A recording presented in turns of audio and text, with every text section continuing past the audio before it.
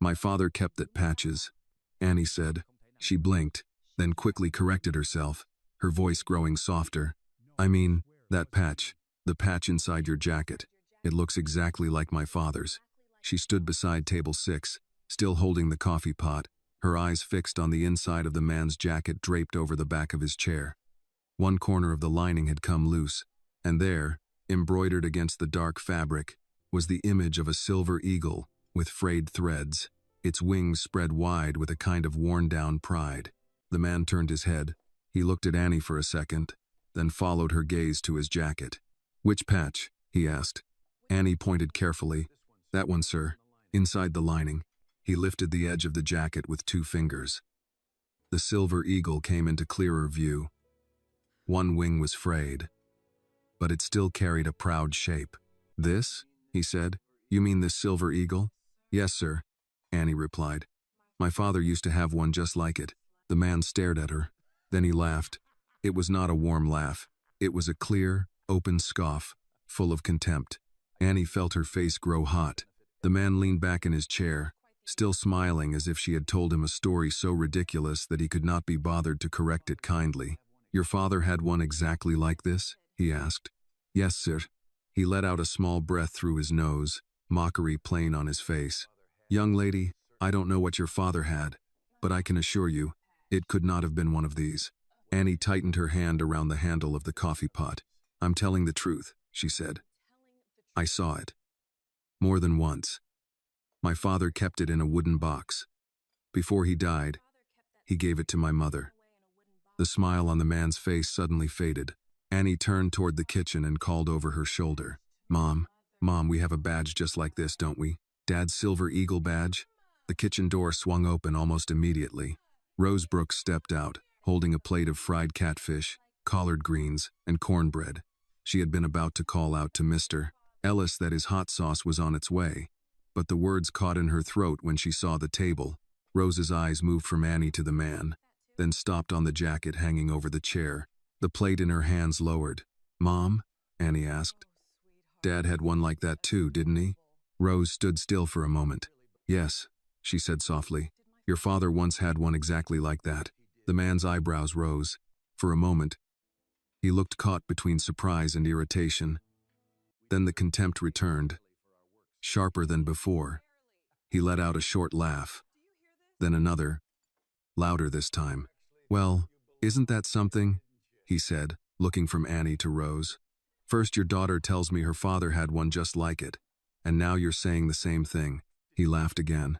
The sound was loud enough to make several customers in the diner turn their heads. The man gestured toward the jacket, as if its value alone was enough to end the argument. Do people around here always claim whatever they see on a stranger's table? Rose's expression changed, but only slightly.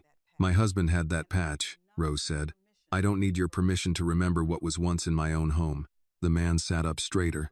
Ma'am, with all due respect, that is impossible. With all due respect, Rose replied. You don't know what was in my house. The older woman sitting across from him placed her napkin on the table. William, let it go. William touched the patch inside his jacket. This silver eagle was not made for sale. It is not something a man could pick up at a flea market or buy off a rack just because he liked the way it looked. Rose looked straight at him. I never said my husband bought it. Then where did he get it? Rose did not answer. William gave a thin smile. That's what I thought. Annie stepped closer to her mother. Mom, show him. Rose looked at her. Annie, please, Mom, Annie said, her voice growing smaller. He thinks we're lying. I don't think that, William said. I know it. Annie turned to look at him. No, sir. You know what you have. You don't know what my father had. That wiped the smile from William's face. Rose placed one hand on the edge of the plate she had just set down on the table. Annie, we don't owe this man anything. I know, Annie said. But Dad kept that patch for all those years. Maybe he wanted there to be one day when nobody laughed at it anymore. Rose looked toward the back room, where the wooden box still sat beneath neatly folded tablecloths in the cabinet she opened only on days when the grief was too heavy for her to stand upright. Then she looked at her daughter, in the shape of Annie's mouth, in the way she stood tall when someone tried to make her feel small. Rose saw Daniel again. Go get the jacket, Rose said. Annie blinked. Dad's jacket? Rose nodded.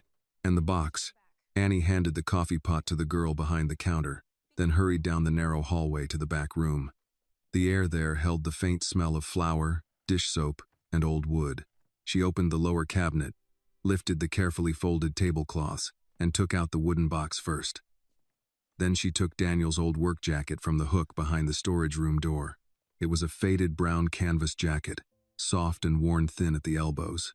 Rose had washed it after he died, then cried because the soap had taken away the last trace of his scent, still clinging to the fabric. Annie carried both of them back into the dining room. William watched her approach. His face still showed disbelief, but beneath that doubt, something else had begun to stir. Annie laid the jacket on the table. Rose opened the wooden box and took out a white handkerchief. Inside it was the silver eagle patch Daniel had kept for so many years, the patch he had given Rose when his hands had become too weak to hold on to anything tightly. Then Rose turned the jacket inside out. On the inner lining, there was a faint outline where the patch had once been sewn. The shape of the eagle still remained on the fabric, marked by old needle holes and a square of cloth that had faded less than the rest. Annie pointed to it. He wore it there at first. Then he took it off and kept it in the box. William stared. Rose placed Daniel's patch beside his jacket. "Look at it," Annie said. "Please look closely." William hesitated, then reached into his own jacket and gently pulled at the threads holding the patch in place. He set his silver eagle down beside Daniel's. The whole diner seemed to grow silent around that table. They matched. The same eagle, the same silver thread, the same wings, worn down by time. William's face hardened. But this time, it was not contempt. It was resistance. He was fighting against what his own eyes had just shown him. "No," he said. "No, there were only two of them." Rose's voice was very quiet. "Then maybe my husband had the other one." William looked up at her. "What was his name?" "Daniel Brooks," Annie said. Rose's eyes lowered for a moment, then lifted again. "He was Daniel Brooks in the life we built together." William heard the way she said it. "In the life you built together?" he repeated. "What does that mean?" Rose did not answer. The older woman suddenly stood up. "William, this is ridiculous. We are not doing this in a diner." At last, Rose looked over at her. "No one asked you to do anything, ma'am." William picked up Daniel's patch between two fingers. His hand stayed steady until he turned it over. Then it was no longer steady. On the back, written in faded black ink, were the words, "D and W Brothers, never lost." The older woman fell silent. William stared at the writing. For one long moment, all the contempt disappeared from his face. "Where did you get this?" he asked. Rose's answer was firm. "From my husband." "What was his full name?" Rose was silent. Annie looked at her mother. "Mom?" Rose touched the edge of Daniel's jacket. "Your father didn't like that old name." "What old name?" Annie asked. William's eyes slowly lifted. Rose looked straight at him. "His birth name was Daniel Whitmore," she said. The words moved through the diner like a sudden storm sweeping across the small room. William's lips parted, but no sound came out. Annie stared at her mother. "Whitmore?" Rose turned to her daughter. All the strength in her face seemed to collapse under the weight of the secret she had buried for so many years. "Yes, sweetheart." William slowly sank back into his chair. "No," he said. Rose's voice did not tremble. "Yes." The older woman clutched her purse tightly. "This proves nothing." Rose looked at the patch, then at Daniel's jacket, and finally at Annie. "It proves enough," she said. "It proves he had someone with him once. And even after everything that happened, no one ever came looking for him." William flinched. Annie looked from her mother to the man sitting across from them. Only minutes earlier, he had laughed at her as if she were nothing more than a foolish waitress reaching for something far above her place. Now he looked like a man who had just discovered that the thing he mocked was tied to someone dead whom he might once have loved. William touched the writing on the back of the patch. "D and W," he whispered. Annie's throat tightened. "Daniel and William?" He did not answer right away. When William finally lifted his eyes to her, they were red with tears. "Did your father ever mention having a brother?" he asked. Annie shook her head. "No. He only kept the patch."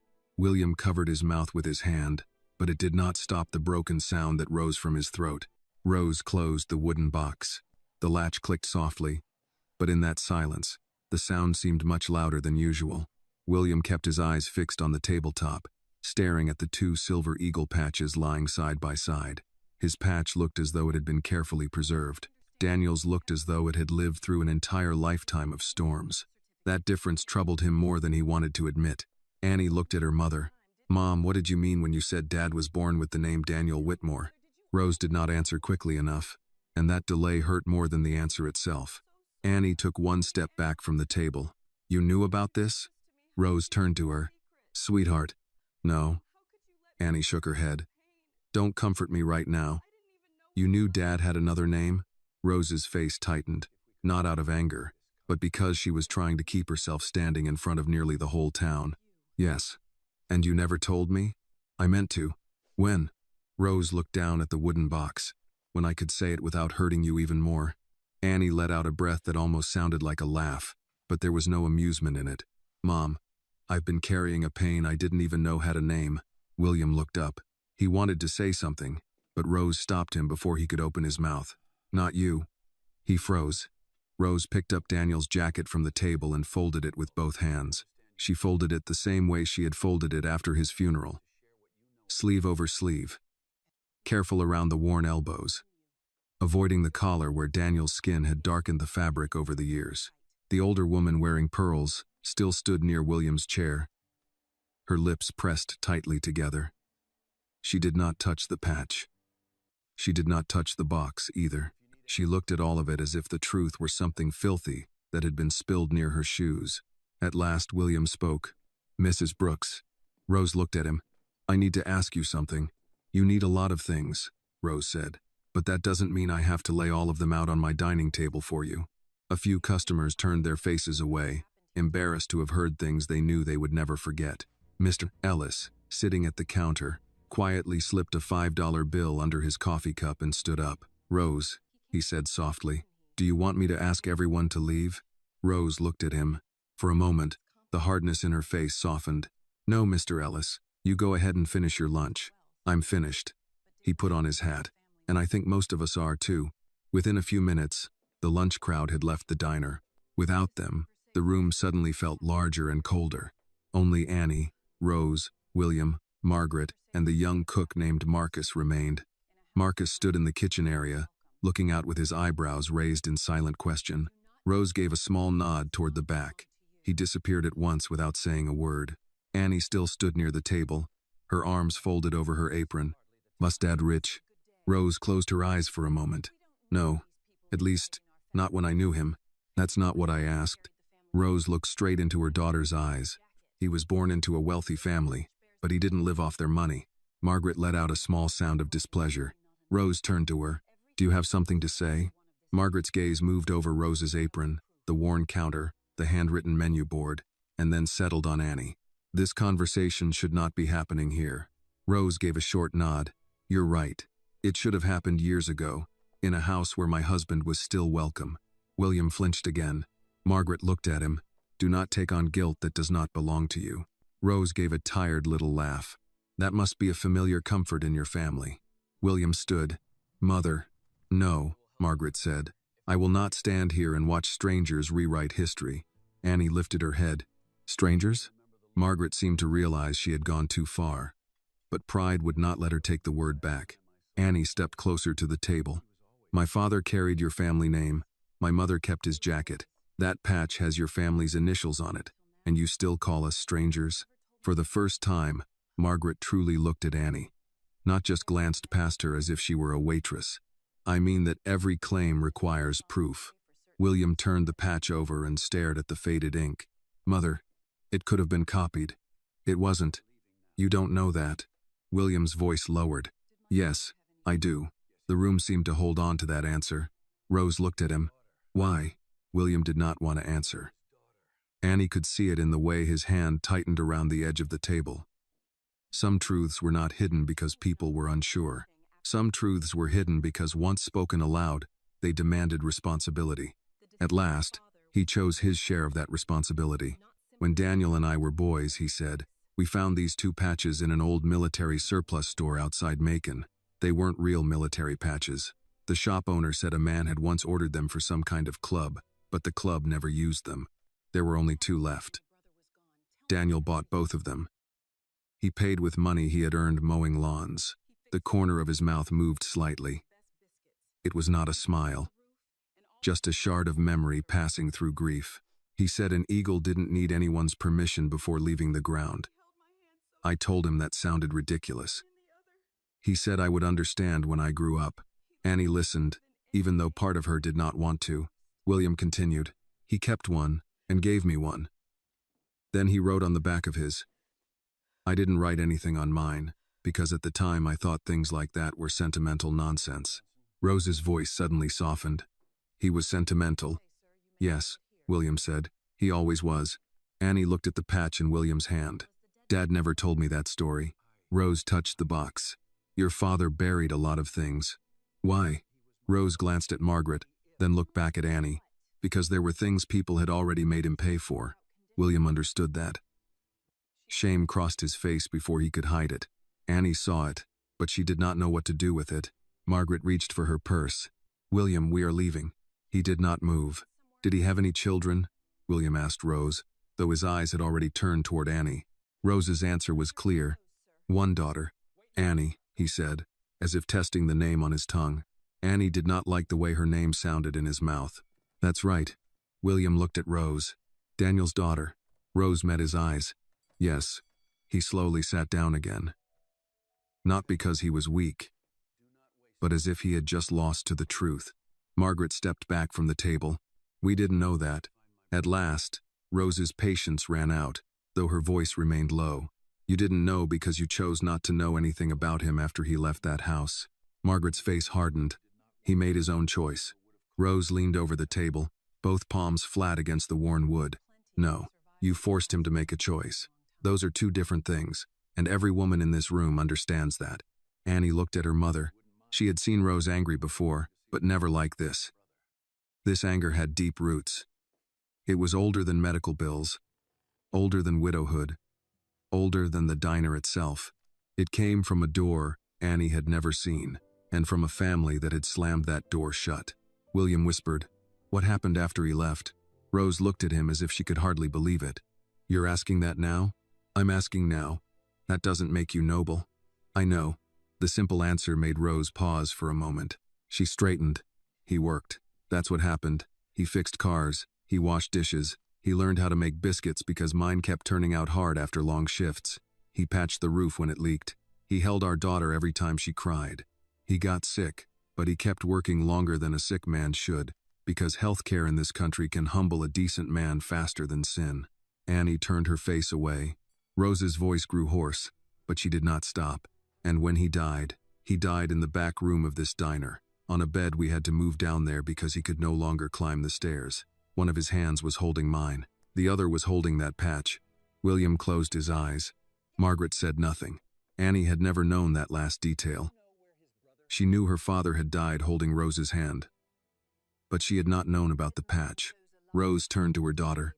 That morning, your father gave it to me. He told me to keep it safe. He said that if you ever asked, I should tell you he loved you more than any name he had ever lost. Annie's face crumpled before she could stop it. Oh, Mom, if this story touched your heart, please give this video a like. Tell us in the comments where you are watching from, because we love knowing how far these stories travel. And don't forget to subscribe to the channel for more emotional stories about family, truth, and the moments that change everything. Rose reached toward Annie, but Annie stepped back, wiping her tears with the back of her hand. She was not rejecting her mother. She was simply trying not to fall apart in front of strangers, even if one of those strangers might be blood. William stood again, this time more slowly and carefully. Mrs. Brooks, I would like to speak with you privately. Rose looked at him. I don't think you deserve privacy. He accepted that.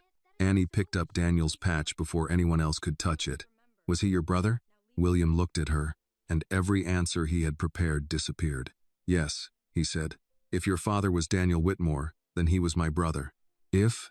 His eyes lowered. Annie tightened her grip on the patch. You still need conditions? No, William said quietly. I suppose I don't. Margaret's cold voice came from behind him. I do. Rose looked at Margaret for a long time, then picked up Daniel's jacket and draped it over Annie's shoulders. The jacket was too large for her, its sleeves hanging past her wrists. But Annie did not move to take it off. Rose said, Then you can keep needing them somewhere else. Margaret stared at her. What did you just say? My diner is closed. William turned to his mother. "Mother, wait in the car." Margaret looked as though he had slapped her. "William, please." It was not a request meant for argument. Margaret gathered her purse, her gloves, and what remained of her dignity. When she reached the door, she stopped and glanced at Annie and Daniel's old jacket. Something passed over her face, too quickly to name, then vanished. The bell above the door rang as she left. William stayed. Rose folded her arms across her chest. "You have 5 minutes." He nodded. For a man accustomed to boardrooms, signatures, and people waiting on his every word, he looked painfully unsure of where to put his hands. "I did try to find him once," he said. Rose's expression did not change. "Not enough," he added. It was the first thing Annie had heard from him that she believed was sincere. William looked down at the floor. "I told myself he didn't want to be found. I told myself that if he needed me, he would call. I told myself a lot of things that made me feel better." Rose said, "People who live with plenty can survive on lies for a very long time." "Yes," William said, "they can." Annie watched him. The contempt from earlier was gone, but it had not yet faded from her memory. William lifted his eyes. "May I see a photograph of him?" Rose almost said no. Annie could feel it. But then Rose saw Daniel's jacket on her daughter's shoulders, and she seemed to change her mind for Daniel's sake, not William's. She opened the wooden box again and took out a faded photograph. Years before, Daniel had stood outside Rose's diner with one arm around his wife and little Annie sitting on his hip. He was wearing that brown jacket, one sleeve stained with grease, sunlight falling across his face. He looked tired, happy, and heartbreakingly alive. William took the photograph with both hands. The moment he saw Daniel, the last of his defenses collapsed. He pressed the photograph to his chest and bent forward. He did not sob loudly. He did not perform his grief. He simply held a loss he had arrived too late to receive. Annie looked at her mother, and Rose's face was wet with tears now too. Outside, a black car sat close to the curb. Inside it, Margaret Whitmore sat upright, staring straight ahead. Inside the diner, William held the photograph of the brother he had not found in time, and Annie stood there in her father's old jacket, feeling clearly for the first time that the past had never truly stayed behind them. William left Rose's kitchen with Daniel's photograph still in his hands. He did not remember walking to the car. He remembered the bell above the diner door.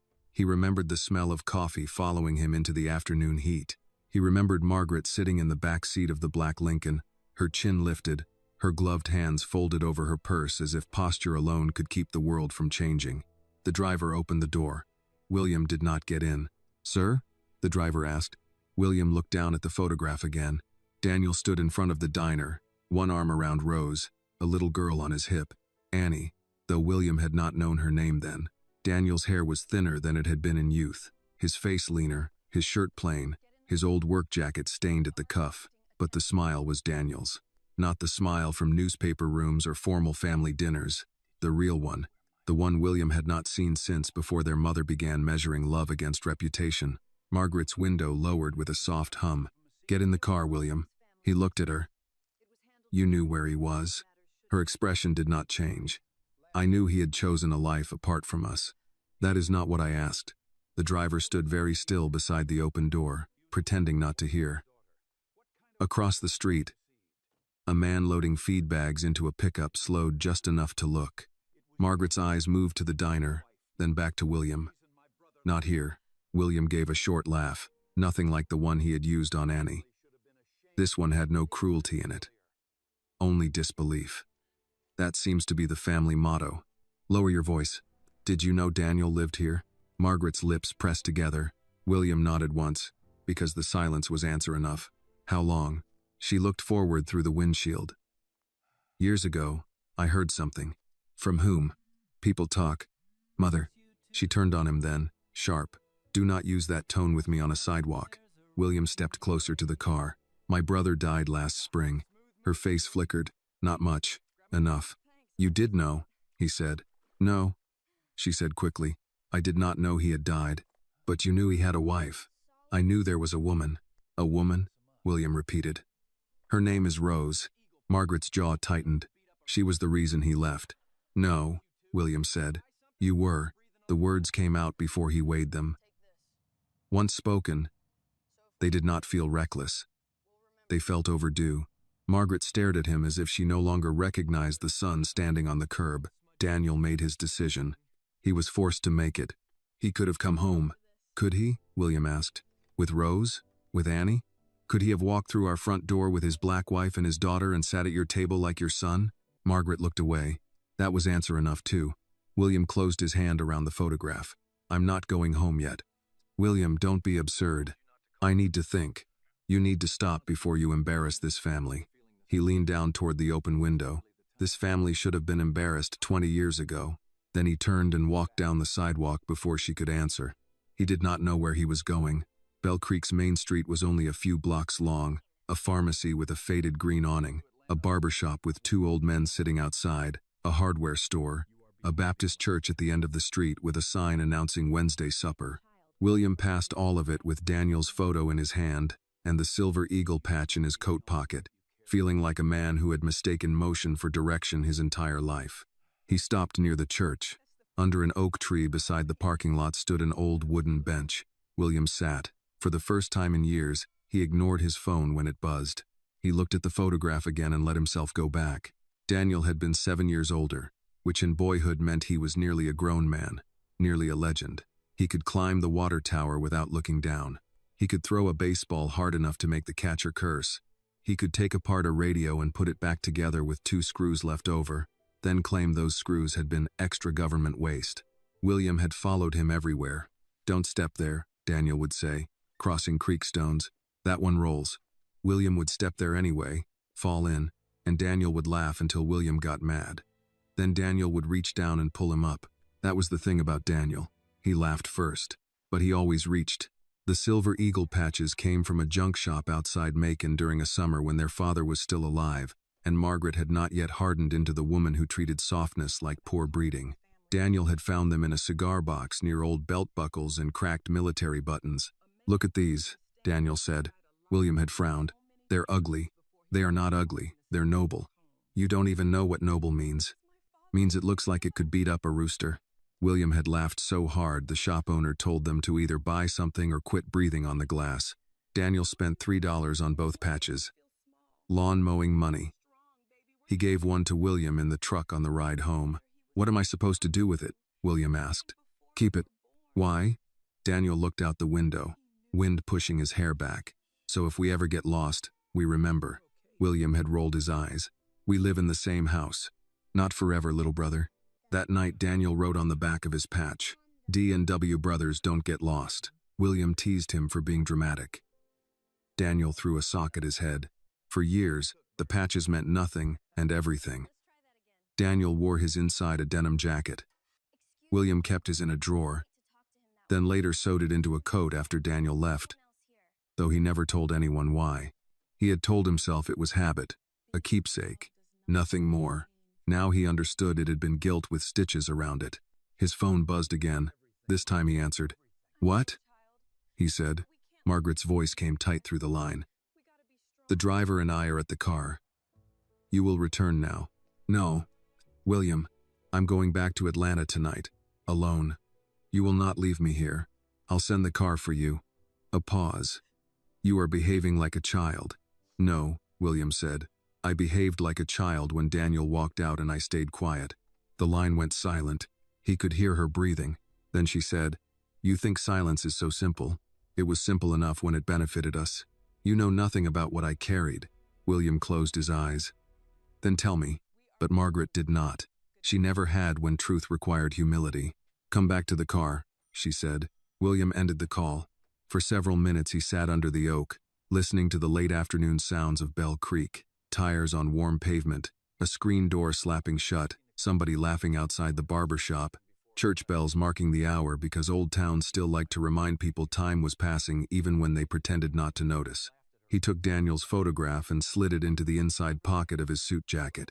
Then he walked back toward Rose's kitchen. The diner sign had been flipped to closed, but the lights were still on. Through the window he saw Rose at the counter, wiping the same spot again and again. Annie sat in a booth wearing Daniel's old jacket, the sleeves covering half her hands.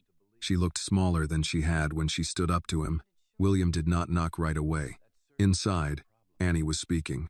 Did Daddy ever ask about them? Rose stopped wiping. Annie looked at her mother. About his family. Rose folded the cloth. Sometimes. What did you say? I told him if he wanted to call, he should call. And? Rose glanced toward the window but did not see William. He said a man can only stand outside a locked door so many times before he starts calling the sidewalk home. Annie looked down at the jacket. Was he ashamed of us? Rose crossed the diner so fast the question hardly had room to settle. She sat across from Annie and took her hands. No. Don't you put that on yourself. Your father was proud of you before you were born. He was proud of the first cry you made in that hospital room. He was proud when you learned to read, when you burned your first pancake, when you told Mrs. Hanley she was wrong for calling Marcus boy. He was proud every day of being your father. Then why hide all this? Because being proud doesn't mean pain stops hurting. Annie's eyes filled, but she held Rose's gaze. I wish he told me. So do I, Rose said. But your daddy thought he was protecting you from wanting people who might not want you back. William closed his eyes. He had no right to hear this. He knew it. Still, he stood there, punished by every word. Behind him, a car door shut. Margaret had come back from the curb, her face controlled, though her eyes had reddened. She saw William at the window and followed his gaze inside. For once, she did not speak. Rose noticed them then. Her face changed. William stepped to the door and knocked. Annie stiffened. Rose stood. For a moment, William thought she would ignore him, and he would have deserved it. But after a few seconds, she came to the door and opened it only halfway. We're closed. I know. Then you can read. Margaret drew herself up behind him, but William lifted one hand without looking back, asking her not to speak. I'm not asking to come in, he said. I just wanted to say something before I leave. Rose waited. William looked past her to Annie, then back. I laughed at your daughter. Yes, you did. I was cruel. Yes. I'm sorry. Rose did not soften. Tell her. William turned his eyes to Annie. She had not moved from the booth. I'm sorry, Annie, he said. You told the truth, and I mocked you because it was easier than being afraid of what you might be saying. Annie watched him for a long moment. You sounded sure. I was. That was the problem. Margaret shifted behind him. William, enough. Rose's eyes went to her. No, let him finish. It's the first useful thing he said. William accepted that too. He reached into his pocket and took out his own silver eagle patch. I thought there were only two because there were only two. Daniel had the other. If your father had it, then your father was Daniel Whitmore. Annie stood slowly. William's voice roughened. And if that is true, I spent more than 20 years not finding my brother while he built a life 20 miles from roads my family drove every week. Rose's face gave nothing away. Annie came closer, still wrapped in Daniel's jacket. What do you want? The question was simple. It also stripped him bare. William looked at her, this girl who might be his niece, who had her father's steadiness and her mother's courage, and for the first time in decades he did not reach for language polished enough to protect himself. I want to know what I missed, he said. And I want to know how much of it was because I was lied to, and how much was because I was a coward. Rose looked at him then with something close to surprise. Margaret said his name softly, warning and wounded at once. William did not turn. Annie held out her hand. Not for comfort. For the patch. He placed it in her palm. She studied it beside the one from her father's box. 2 old eagles, 2 brothers, one rich, one gone. Both carried longer than anyone had admitted. Annie looked up. You can't come in tonight, she said. William nodded. I understand. But Mama opens at 6. Rose looked at her daughter. Annie kept her eyes on William. If you really want to know what you missed, you can start by having breakfast where he used to sit. William's throat worked. I'll be here, he said. Rose did not invite him. She did not forgive him. But she did not close the door right away either. That small mercy was more than William had earned. As he turned to leave, Margaret caught his sleeve. This will not end well. William looked back through the diner window. Annie had returned to the booth, Daniel's jacket around her shoulders. Rose stood beside her, one hand resting on the girl's back. It already didn't, he said. That's why we're here. At 6 the next morning, Rose unlocked the front door of the diner and found William Whitmore standing under the awning with 2 coffees in a cardboard tray. She looked at the cups, then at him. You brought coffee to a diner. He glanced down as if he had only just realized the mistake. That was stupid. It was. I didn't sleep much. That doesn't make it smarter. For the first time since he had stepped into her life wearing a rich man's coat and a dead man's memory, William almost smiled. It did not last. Rose opened the door and walked in without inviting him, but she left it open. He understood that was the invitation. Inside, the diner was still waking up. Chairs were stacked on a few tables. The griddle was cold. The pie case hummed softly near the counter. A thin gray morning pressed against the windows. Rose tied on her apron, flipped on the coffee maker, and nodded toward the last booth by the wall. "That was Daniel's spot after closing," she said.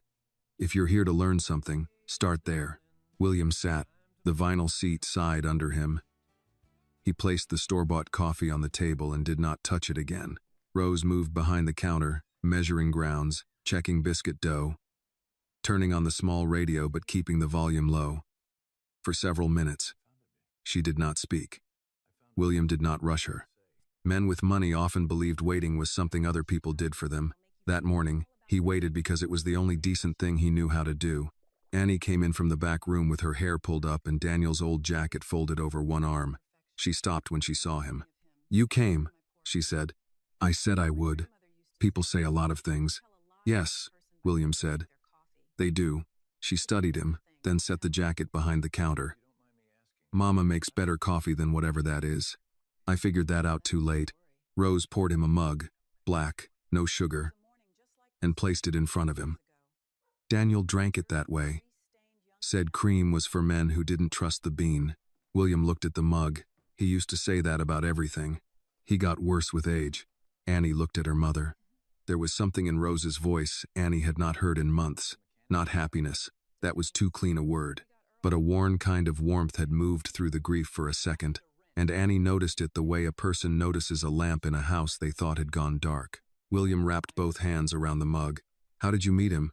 Rose leaned back against the counter. "You really want the story?" "I want whatever you're willing to tell. That's a safer answer than you deserve." "I know." Rose looked toward the front window. Outside, Bell Creek was beginning its day. A school bus rolled past empty, heading toward its first pickup. A man in a feed store cap unlocked the hardware shop across the street. Somewhere down the block, a dog barked at nothing. "He came in dirty," Rose said. That was the first thing. Not poor dirty, work dirty. Grease on his hands, dust on his jeans, hair sticking up like he'd fought with an engine and lost. "I was waiting tables at Mabel's back then, before this place was mine." He ordered sweet tea and asked if anybody knew a mechanic. Annie slipped into the booth across from William. She had heard pieces of this story, but never with this much room around it. Rose continued, "I told him my cousin could take a look. He said he didn't need a cousin, he needed a wrench. Mabel told him not to get smart in her dining room. He apologized like she was the governor." William looked down. "That sounds like him." He fixed the car himself out back. Then he fixed Mabel's walk, in cooler because he said it was making a noise that offended him. Stayed 3 hours. Wouldn't take money. Mabel fed him chicken and dumplings and told him he had the manners of a decent man hiding under bad hair. Annie smiled despite herself. Rose saw it and kept going. He came back 2 days later. Said he was passing through. Bell Creek is not on the way to anywhere. So I knew he was lying. William's hand tightened around the mug. He was always bad at casual. He was worse at pretending not to care. Rose's smile faded. For a while, I didn't ask where he came from. He didn't offer. I knew he had money behind him because of the way he didn't think about money. Poor people count before they order. Daniel didn't count, but he learned. Fast. "What changed?" Annie asked. Rose looked at her daughter. "I fell in love with him before I knew his last name could hurt me." The words settled into the booth. William did not move. "When did you find out?" Annie asked. "Summer storm," Rose said. "Power went out. He and I were stuck closing Mabel's with candles on the counter. A newspaper was sitting near the register. There was a picture of some charity dinner in Atlanta. Your father was in it, standing behind Mrs. Whitmore. She did not say Margaret. I asked him if he had a twin in a tuxedo. He went quiet. Then he told me. Daniel Whitmore. Old money. Big house. Big rules. Mother who believed family was a kingdom, and love was something you approved on paper." William closed his eyes. Rose looked at him. Does that sound unfair? No. Good. I'm tired of being fair to people who had lawyers for their feelings. Annie looked between them. Did he tell Grandma Margaret about you? Rose gave a small, humorless laugh. Not right away. He wanted to. I asked him not to. Why? Because I knew what I was. And I knew what people like that saw first. William lifted his head. Rose. No, she said. Don't clean it up. I was a black waitress with 2 uniforms. A used Chevy. And a mother buried before I was old enough to ask half the questions I had. Your family had gates. Daniel thought love would be enough to walk through them. I knew gates were built for a reason. Annie sat very still. Rose softened her voice for her daughter, but not the truth. When he finally told them, your grandmother sent for me. William's face changed. She met you? Rose nodded. At the Whitmore house. I had never seen anything like it. Floors so shiny I was afraid to step wrong. Paintings of dead people watching from the walls. A woman at the door looked at me like I had come to deliver laundry. William's eyes dropped. Your mother received me in a sitting room, Rose said. She did not offer coffee. She did not ask about my family. She looked at me for a long time and said, Miss Brooks, my son is going through a restless period. Annie's mouth opened a little. Rose looked at William. I remember every word. People think cruel things get forgotten if they say them calmly. William whispered. What else did she say? She said Daniel had obligations. She said young men sometimes confused rebellion with romance. She said I seemed like a practical girl. Rose walked to the register, opened the drawer, and took out a folded paper Annie had never seen. It was old, softened at the creases. Rose laid it on the table. William stared at it. What is that? The number she wrote down. An account. She told me there would be $10,000 in it if I left town and did not contact Daniel again. Annie stood so fast the booth seat snapped back. She paid you to leave Daddy? She tried. William reached for the paper, then stopped. May I? Rose nodded. He unfolded it. Margaret's handwriting sat there in blue ink. Neat and controlled. With a bank name and a number that had never held the future she tried to buy. William's jaw worked. I didn't know. I believe that, Rose said, but not knowing helped you more than it helped us. Annie walked away toward the counter, then turned back. What did Daddy do when he found out? Rose's eyes changed. The memory hurt, but there was pride in it too. He drove to Atlanta that night, came back near dawn with one suitcase, that brown jacket, and the silver eagle patch sewn inside.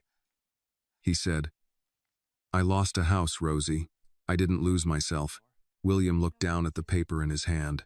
Rose continued. He waited for you to call. William did not breathe. He said you were young. He said maybe they weren't letting you. He said maybe you needed time. The first Christmas. He bought you a card. Didn't mail it. The next year, he wrote a letter. Then another. After Annie was born, he wrote more. Annie turned toward her mother. Letters? Rose nodded. Some he mailed. Some he didn't. The ones he mailed never came back. But no answer came either. William's voice was quiet. I never received them. Rose looked at him for a long time. Then someone made sure you didn't. The front bell jingled. All 3 turned. Margaret Whitmore stood in the doorway. She wore yesterday's pride with a different dress. Navy this time. Her pearls bright against her throat. She looked first at William, then at the folded paper in his hand. Her face tightened. Rose said, We're not open yet. Margaret stepped inside. I need to speak with my son. Annie moved beside her mother. He's having breakfast. Margaret looked at Annie, and the old habit almost came out, the one that would have dismissed a young black girl in an apron as part of the room instead of part of the reckoning. But something in Annie's face stopped her. William stood. Did you keep Daniel's letters from me? Margaret did not ask what letters. That was enough. William's face went still. Mother, she lifted her chin. I did what was necessary. Rose laughed once, low and bitter. Necessary. That word must have done a lot of dirty work in your life. Margaret turned to her. You have no idea what Daniel was throwing away. Rose stepped from behind the counter. He threw away a house that made him choose between his mother and his wife. I'd say he knew exactly what he was leaving. He was my son. He was my husband, Rose said. And while you were punishing him for loving me, he was here learning how to be happy without your permission. Margaret flinched at that. Not much, but Annie saw it. William held up the paper. You tried to buy her off. I tried to protect the family. From Rose? From scandal. From gossip. From a mistake that would have followed him forever. Annie's voice came clear from beside the counter. I'm the mistake, aren't I? The room went silent. Margaret looked at her. For a second, no one moved.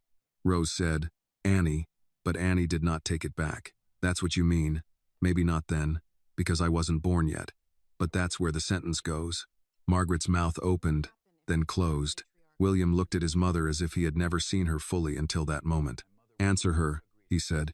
Margaret's eyes shone, but her voice stayed controlled. I did not know you existed. Annie nodded once. But if you had? No answer came. Rose reached for Annie's hand. Annie let her take it this time. William set the paper on the table. I'm going to find the letters. Margaret turned sharply. You will do no such thing. Yes, William said. I will. They are gone. He stared at her.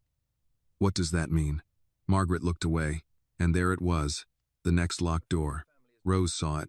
Annie saw it. William saw it too. For the first time that morning, William sounded less like a wounded man, and more like someone who understood the wound had an address. No, he said. They're not gone. You wouldn't destroy them. Not Daniel's handwriting. Not even you. Margaret's face gave the smallest betrayal. William stepped away from the booth. Where are they? Margaret said nothing. Rose folded her arms. Mrs. Whitmore, if you've kept my husband's words locked in some drawer all these years, then you and I are going to have a problem no money can solve. Margaret looked at Rose, and for once there was no quick answer waiting. Outside, the first real customers of the morning began parking along the curb. Inside, the coffee grew bitter on the burner. Biscuits rose in the oven, and Annie stood between the mother who had protected her from a name and the family that had buried it. William picked up Daniel's patch and placed it gently back in Annie's hand. I'll find them, he said. Annie looked at him. Don't say it because it sounds good. I'm not. Then say what you mean. William looked at Margaret, then at Rose, then back at Annie. I mean, he said, if my brother spent his life reaching for me, I'm done letting this family hide his hand. By 7:30, Rose's kitchen was open, but no one inside felt like the day had truly begun. The first customers came in with the usual greetings, the usual requests, the same old complaints about knees, weather, gas prices, and coffee that needed warming before it had cooled. Rose served them because that was what she did. Bills did not pause for family ghosts. Grief never once paid the light company. Annie moved between tables with a smile that looked almost right if no one studied it too long. William sat in the back booth with Daniel's photograph on the table. Untouched coffee beside his hand. Margaret had left 20 minutes earlier. Not because she was finished, but because staying meant answering questions she had spent half her life training herself not to hear. Before she walked out, she told William she would wait at the house in Atlanta. He told her he was going to the Whitmore estate first. That was the first time Annie heard the place called an estate instead of a house. After the breakfast rush thinned, Rose came to his table with a plate of biscuits and sausage gravy. She set it down without ceremony. You should eat. William looked up. I'm not hungry. I didn't ask. Annie, wiping the next table, almost smiled. That was Rose's tone for men who had mistaken misery for an excuse to be difficult. William picked up the fork. He took one bite and stopped. Daniel would have loved this. He did, Rose said. Too much. Doctor told him to cut back on gravy. He said any doctor who declared war on gravy couldn't be trusted with a human life. Annie's hand froze on the table rag.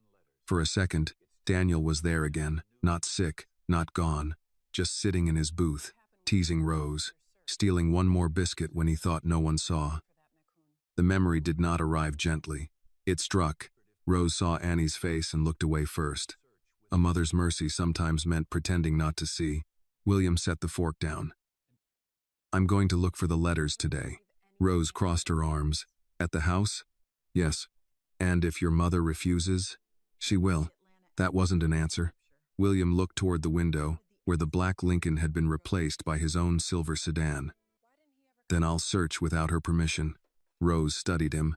You do that often? Go against Mrs. Whitmore? No. At least you're honest. I'm late, he said. Honest is the least I can be.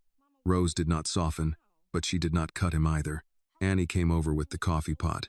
You really never got any of Daddy's letters? William shook his head. Not one. Maybe he wrote the wrong address. Rose answered before he could. Your father knew that address the way some men know scripture. William looked at her. Rose wiped a crumb from the table with her thumb. First year after he left, every time we drove near Atlanta, he'd get quiet. I didn't know why at first. Then I realized he was counting exits. He always knew which road led back. Why didn't he go? Annie asked. Rose turned to her. He did once. William sat straighter. Annie stared at her mother. You never told me that. There were many things I didn't tell you. That's starting to be a long list. Rose accepted that with a small nod. It is. William's voice came low. When? Before you were born, Rose said. I was pregnant, though we didn't know yet. Daniel drove to Atlanta because he said he couldn't let another Christmas pass without trying. He wore the brown jacket, took a card for William, sat outside the Whitmore gate for almost an hour. William closed his eyes. Rose continued. A guard came out, asked his name. Daniel said it. The guard went inside, came back, and said Mrs. Whitmore was not receiving visitors. She was home, William said. Rose looked at him. I know.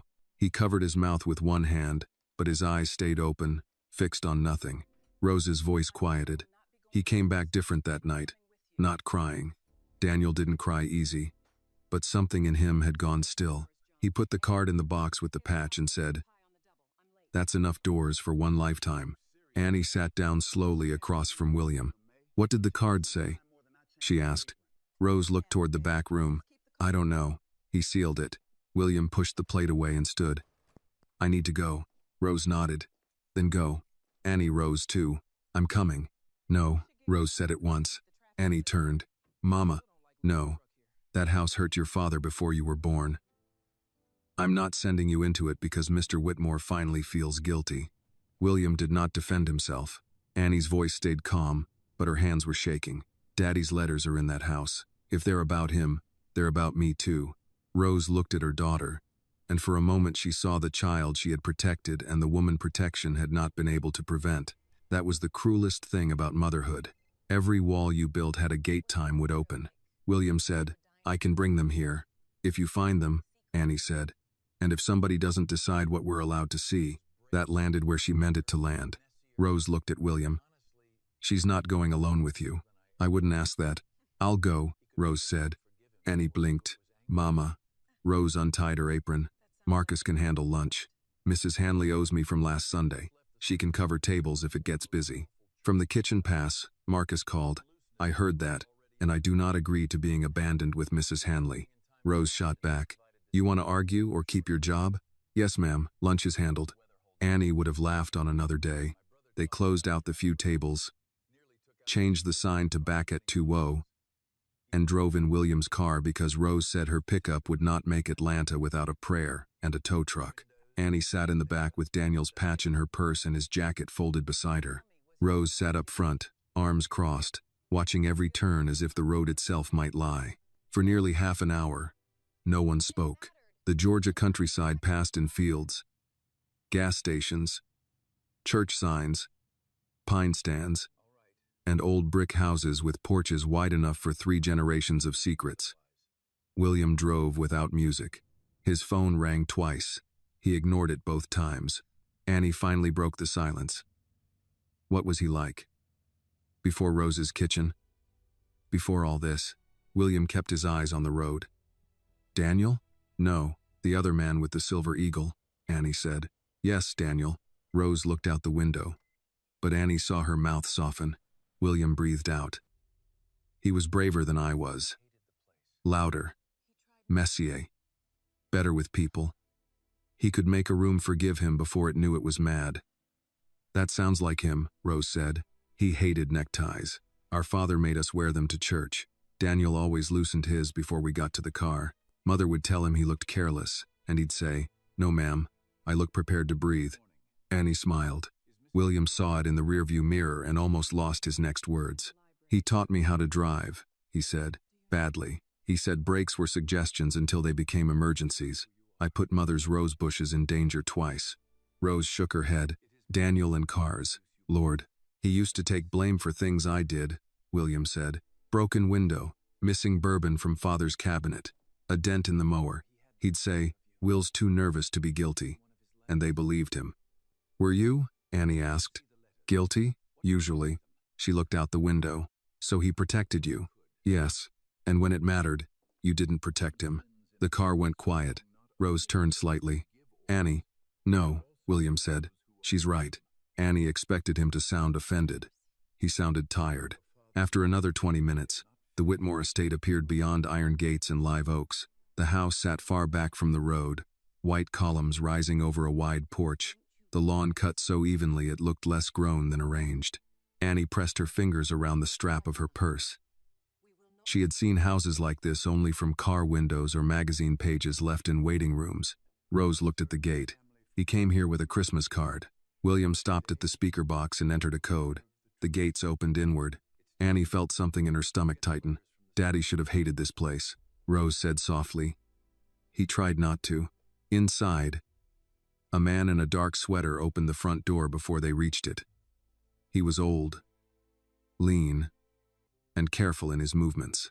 His face changed when he saw William, then changed again when he saw Rose and Annie. Mr. William, he said.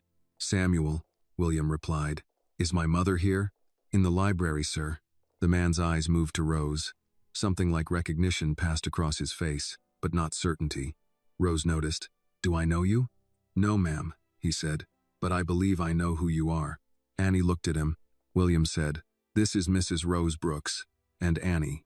Samuel's gaze dropped for a second to Annie's purse, where the edge of Daniel's old handkerchief showed. Then his eyes grew wet. Miss Annie, he said quietly, your father had your picture in one of his letters. Rose went still. William turned. You saw the letters? Samuel looked toward the library door, then back. I kept what I could. Rose's voice dropped. What does that mean? Samuel seemed to age another 10 years before answering. It means some sins in a house don't belong only to the people who give orders. Some belong to the people who obey them. William stepped closer. Where are they? Samuel did not answer immediately. He looked at Annie first, and there was a tenderness there that almost frightened her. Your father wrote beautifully, he said. Not fancy, just true. Annie swallowed. Do you have them?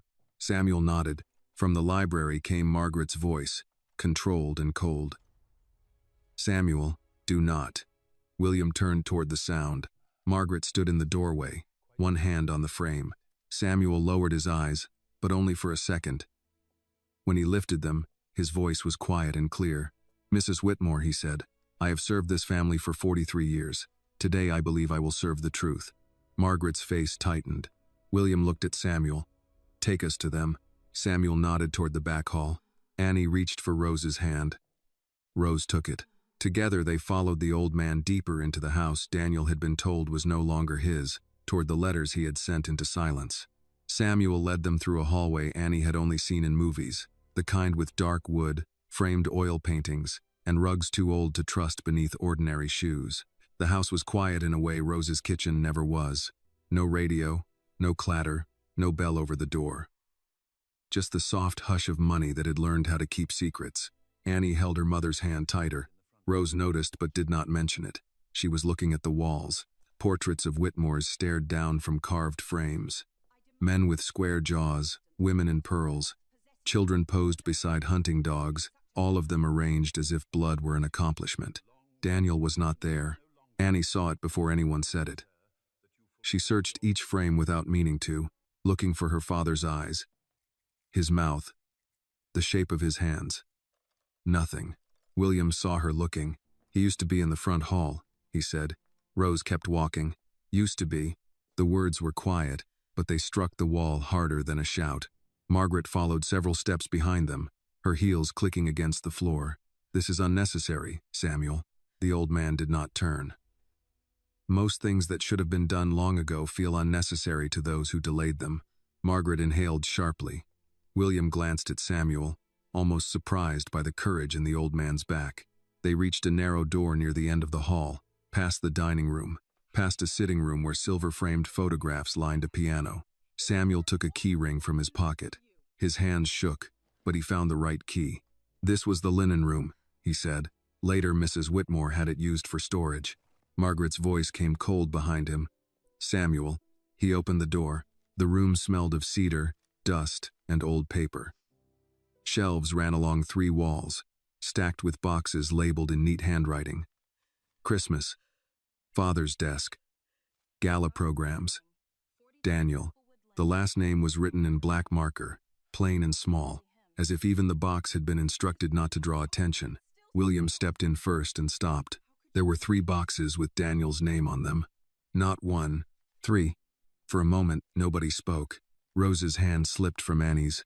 She walked to the nearest box and touched the label with 2 fingers. Her face did not collapse. Rose had mastered the art of not collapsing, but Annie could see the pain move through her shoulders. "You had boxes," Rose said. Margaret stood in the doorway. They were household items. Rose turned. His letters were household items? Margaret did not answer. William crouched and pulled the first box from the shelf. Dust lifted as he set it on the floor. Samuel handed him a pocket knife. William cut the old tape and opened the flaps. Inside were envelopes, dozens of them, some still sealed, some opened, some yellowed at the edges. Daniel's handwriting covered the fronts, slanted and familiar enough that Annie's chest tightened before she understood why. She had seen it on old grocery lists, on birthday cards, on notes taped to the refrigerator when he worked late. Annie knelt slowly. The first envelope on top was addressed to William Whitmore. Below the name was the Whitmore estate address. She looked up. He did right. William's jaw tightened. Yes. Annie lifted the envelope. It's sealed. William looked at Margaret. Margaret's face was pale, but she held her posture. "I did not read all of them." Rose laughed once under her breath. "That's your defense?" Margaret's eyes flashed. "You have no idea what it was like." Rose stood. "Then tell us. Tell us what it was like to sit in this house while my husband wrote to his brother and got buried alive by silence." Margaret's mouth opened, but no answer came. William took the envelope from Annie with care. "May I?" Annie hesitated. Then she nodded. He opened it with the pocket knife as if one rough move might wound the man who wrote it. Inside was a single page. William unfolded it. His eyes moved across the first line, and the color left his face. "What does it say?" Annie asked. He tried to read aloud, but the first words caught. He cleared his throat and began again. "Will, I don't know if this will reach you. Maybe it will. Maybe Mother will burn it before you see it. If she does, I guess that means she still thinks fire can clean up a family." Samuel bowed his head. William read on. "I'm not writing to ask for money. I know that's what they'll think. I don't need the house, and I don't need Father's office, and I don't need anybody calling me brave for leaving after making it impossible for me to stay. I'm writing because I miss my little brother. That's all.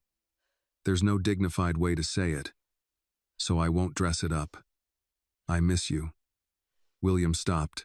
His hand trembled. Rose looked away. Annie pressed her fist against her mouth. Margaret whispered. He was angry. William looked up at her. He was lonely. He looked back at the letter. "Rose is pregnant. We found out last week. I'm terrified, which you'll enjoy hearing because you always liked when I admitted weakness. If it's a boy, I'll teach him to fish better than I taught you. If it's a girl, I'll be ruined completely. And I suspect I'll enjoy that too." Annie's eyes filled. Rose sat down on an old trunk, one hand over her stomach, as if the memory of carrying Annie had returned to her body. William continued, his voice breaking now and then but holding. "I want my child to know she has an uncle. I want to tell her stories about you. I want to say you were shy until someone needed you. Then you were the first one to show up. I hope that's still true. I hope the house didn't train that out of you." He could not continue. Annie reached for the letter, and William let her take it. She read the last lines herself, quietly. "I kept the eagle. I know you probably think that's childish. Maybe it is, but it reminds me that before we were Whitmores, before Mother taught us family meant obedience, we were just 2 boys promising not to get lost. I'm still here, Will. I don't know if that matters to you, but I'm still here." Annie lowered the paper. No one moved. Then she looked at William. "He gave you directions. He was right here." William closed his eyes. "I know." "No," Annie said, not loud, but sharp enough that he opened them. "You don't get to know it like we know it. He wrote you. He waited. He had me. He got sick. He died. And those letters were sitting in a linen room. Rose said, Annie, but Annie kept looking at him. You said you looked for him. I did, William said quietly. Not like I should have. That's not looking. That's checking if guilt is still comfortable. The words hit him. He did not defend himself. Margaret stepped into the room. That is enough. Annie turned on her. No, ma'am. Enough was 20 years ago. Margaret stared at her. Annie held up the letter. He wanted me to know I had an uncle. Did you read that part before you put it in a box? Margaret's lips trembled once. I thought I was protecting him. Who? Rose asked. Daniel, William, or yourself? Margaret's answer was small. The family. Rose stood then, all the gentleness gone from her face. My husband was the family. That finally silenced Margaret. Samuel moved to the second box and opened it. More envelopes. Photographs. A tiny hospital bracelet taped to a card. Annie's name written in Daniel's hand. A picture of Annie as a baby, wrapped in a yellow blanket, her mouth open in a cry. William picked it up like it was sacred. He sent this? Rose's voice was low. I remember that picture. Daniel said his brother needed to see what joy looked like after a door closed. William covered his eyes with one hand. Annie could not decide if she hated him or pitied him. Maybe both. Maybe grown-up pain was not clean enough to choose. Samuel took a smaller bundle from the bottom of the box. These were never mailed. Rose recognized the string. Those were from the box at home? Samuel shook his head. No, ma'am. Mr. Daniel gave them to me. Rose froze. You saw him? Samuel's eyes closed briefly. Once. At the gate. Christmas Eve. William looked up. Margaret turned toward Samuel as if the old man had betrayed her twice. Samuel continued. He asked me to give them to Mr. William. I said I would try. Mrs. Whitmore found them before I could. Rose whispered. He came. Yes, ma'am. With a card and a small wrapped gift. William's voice was barely there. For me? Samuel nodded. A watch strap, leather. He said yours was always cracking because you worried it between your fingers. William sat back against the shelf, struck by the accuracy of a memory he had thought no one loved enough to keep. Samuel opened the bundle and handed him the small package, still wrapped in brown paper. William did not open it. He held it against his chest. Margaret's face crumpled for a moment, but she forced it back into shape. I did what I believed was necessary. William looked at her then, not as a son asking permission, but as a man seeing the cost of obedience. Mother, he said, your necessary things buried my brother. She recoiled. Rose gathered the baby photo, the first letter, and the silver eagle patch. She handed the letter to Annie. This belongs to you too, she said. Annie took it, and something in her changed. Not healed, not settled, but named. William stood slowly. I want to take all of these to the diner, with your permission. Rose looked at him. Whose permission are you asking? Yours, Annie's, not hers. Margaret inhaled. Annie looked at the boxes. Her father's voice had been trapped here longer than she had been alive. Now the thought of leaving even one page behind felt wrong. All of them, Annie said. William nodded. All of them. Samuel wiped his eyes with the back of his hand. I'll help carry them. Margaret stood in the doorway while they lifted the boxes, her face pale, her pearls resting against her throat like something too tight. As Annie passed her, Margaret spoke. I did not know he had died. Annie stopped. She turned, holding the first letter against her chest. No, Annie said. You just made sure he knew you wouldn't come while he was alive.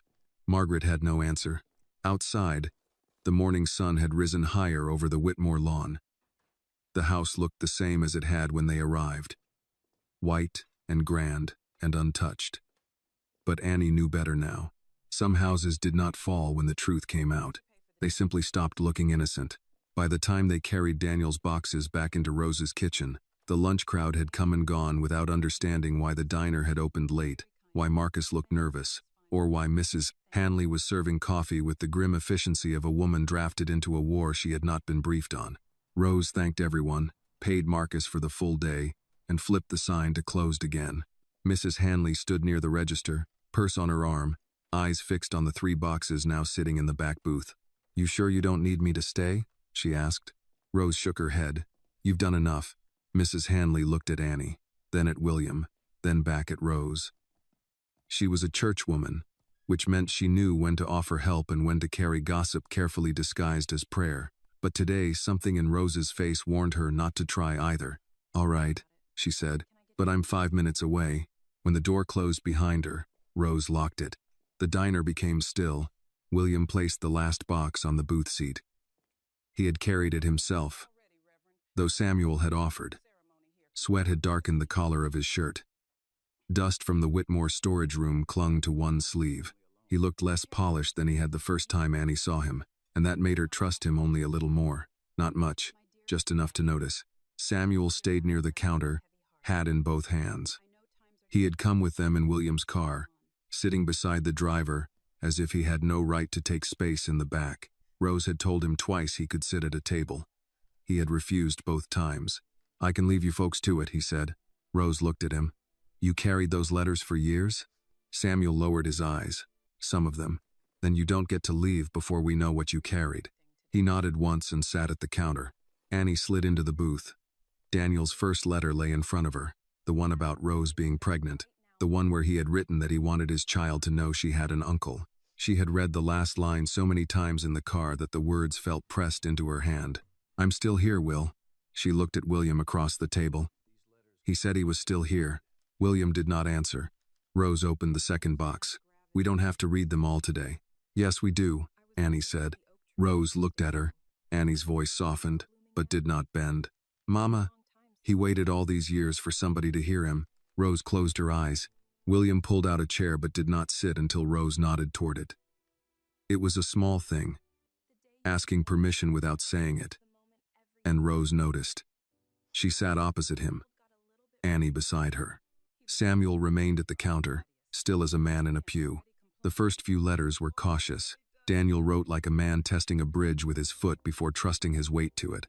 He asked William whether he still hated early meetings, whether their mother still kept white roses in the front parlor, whether the old oak behind the carriage house had finally been cut down.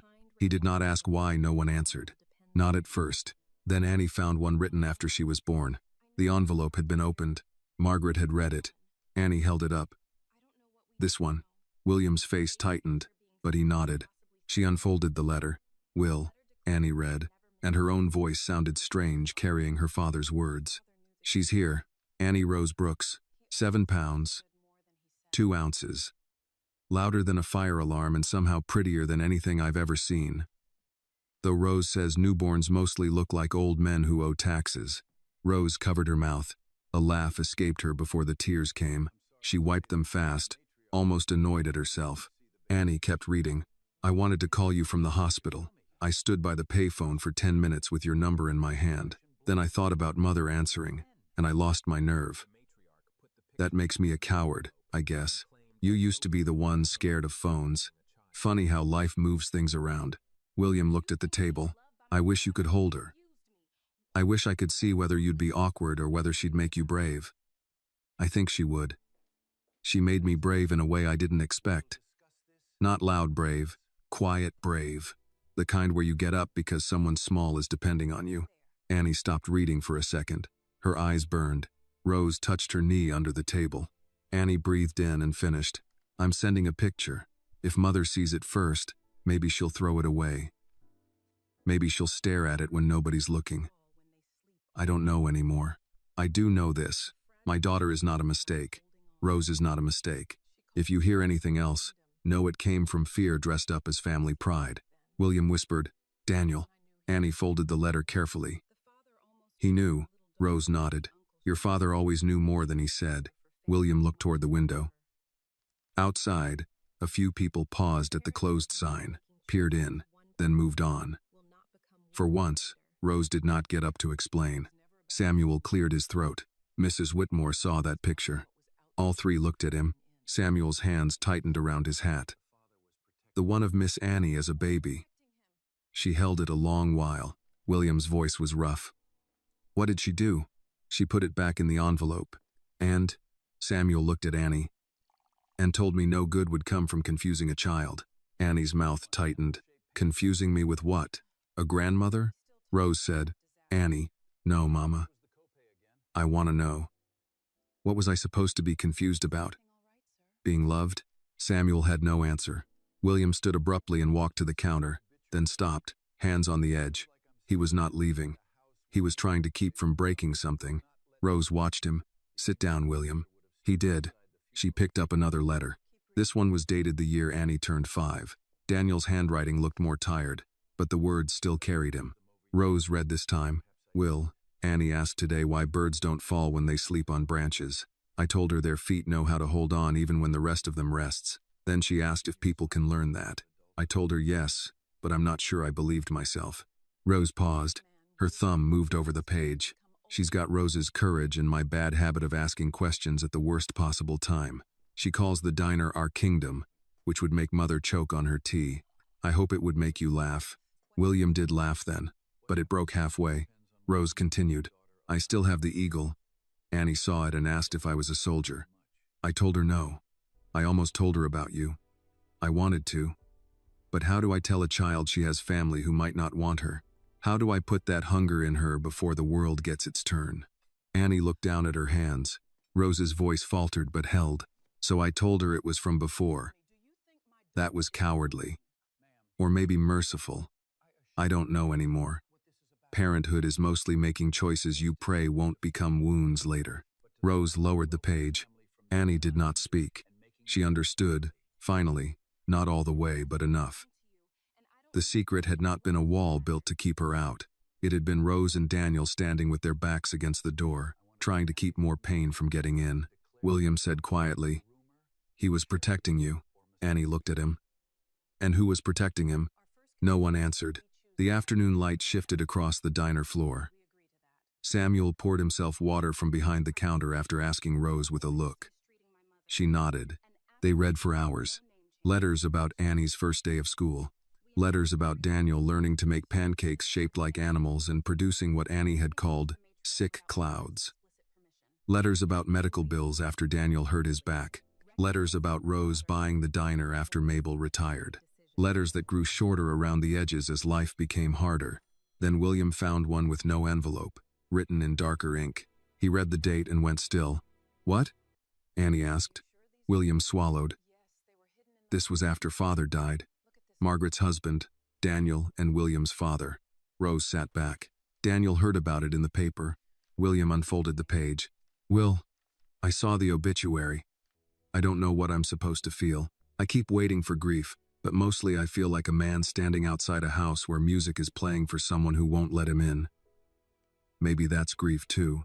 William's voice thinned. I'm sorry you had to bury him without me. I'm sorry I wasn't there to stand beside you. Even if Mother would have had me removed before the first hymn. I would have stood outside if you wanted. I've gotten used to that. Rose looked at him. Keep reading. William forced himself on. I don't know if you ever read these. If you do, maybe you think I chose this distance. I chose Rose. I chose my daughter. I did not choose losing you. That part was chosen for me by people who believed love had a color line and family had a price tag. Annie closed her eyes. There it was. Not hidden, not softened. Her father had named it plainly. William looked at the last line. I forgive you for being young. I don't know if I forgive you for staying silent after you grew up. William set the letter down. For a while, he could not look at anyone. Rose's voice was not cruel when she spoke. That made it worse. He waited for you to become old enough to be brave. William nodded once. Samuel wiped his eyes. Annie pushed back from the booth and stood. She walked to the counter, poured herself water, drank half, then looked at William. What happens now? William lifted his head. Whatever you and your mother allow. That sounds careful. It is. Careful won't fix this. No, he said, but careless already broke it. Rose looked at him then, really looked. Not with trust, not yet, but with a measure of attention. William took a breath. I want a DNA test. The room shifted. Annie's face closed. There it is. Rose stood. You think she's lying? No. Then why? William turned to Annie. Because my mother will deny you until the day she dies if she can. Others in my family will too. Lawyers will ask questions.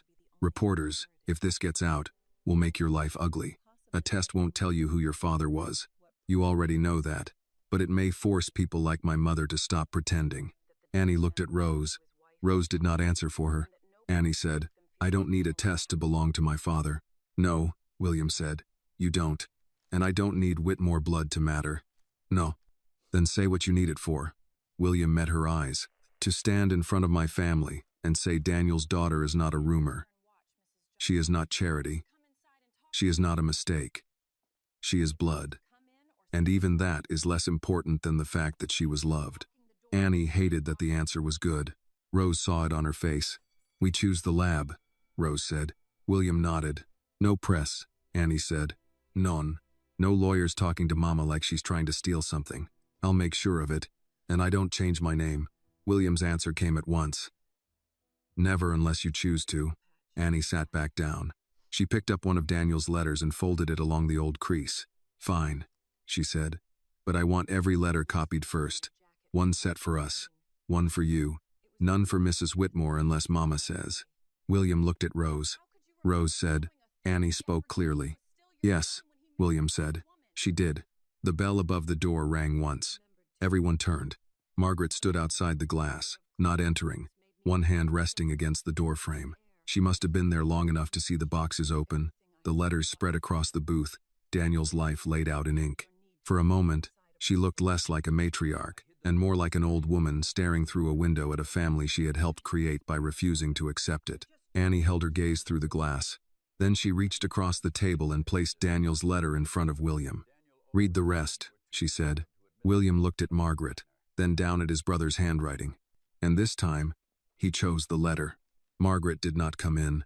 She stood outside Rose's kitchen with one hand on the doorframe, watching William read Daniel's letters under the yellow diner lights. The glass between them was thin enough for seeing and too thick for belonging. For once, she seemed to understand the difference. William read until his voice gave out. Rose made another pot of coffee. Annie gathered the letters into careful piles by year. Samuel wrote dates on paper slips and placed them between stacks with the patience of a man doing penance, one small motion at a time. Nobody invited Margaret inside. Nobody told her to leave. That was its own kind of judgment. Near dusk, Rose found the last envelope. It had not been in the first two boxes. It was tucked inside the pocket of Daniel's old jacket.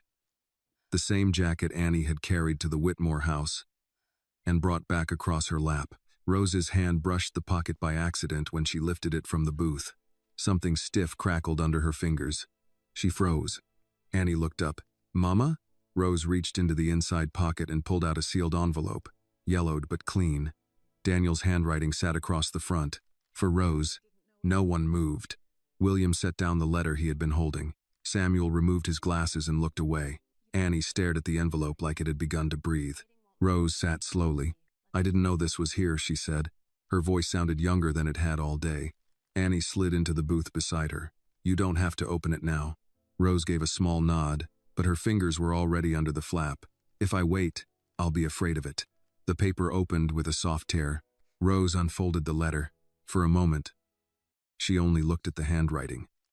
Daniel's hand had changed near the end. The words were still clear, but the lines wavered a little, as if even the ink had been tired. Rose began to read silently. Annie watched her mother's face. It changed in small pieces.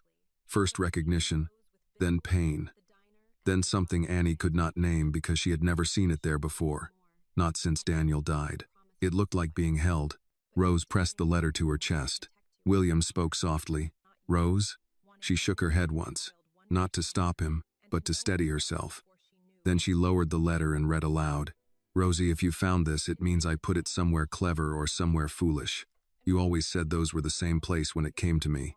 Rose laughed through her nose and wiped her cheek. Annie reached for her hand. Rose continued.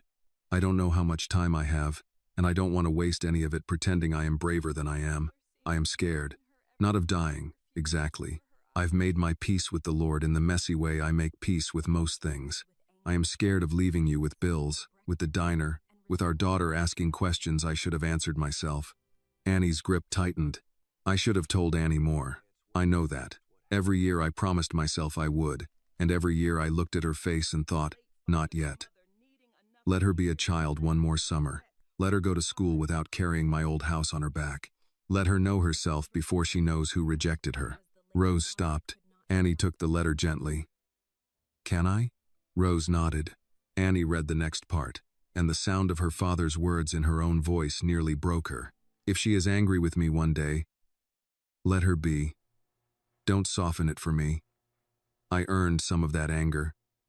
A father's love does not make his silence harmless.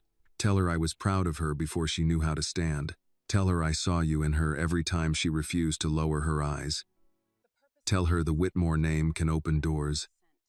But her mother's name taught her how to walk through any room with her spine straight. Annie stopped reading. She looked at Rose, eyes wet. He wrote that? Rose nodded, unable to speak. William looked down at the tabletop. Annie read on. About William.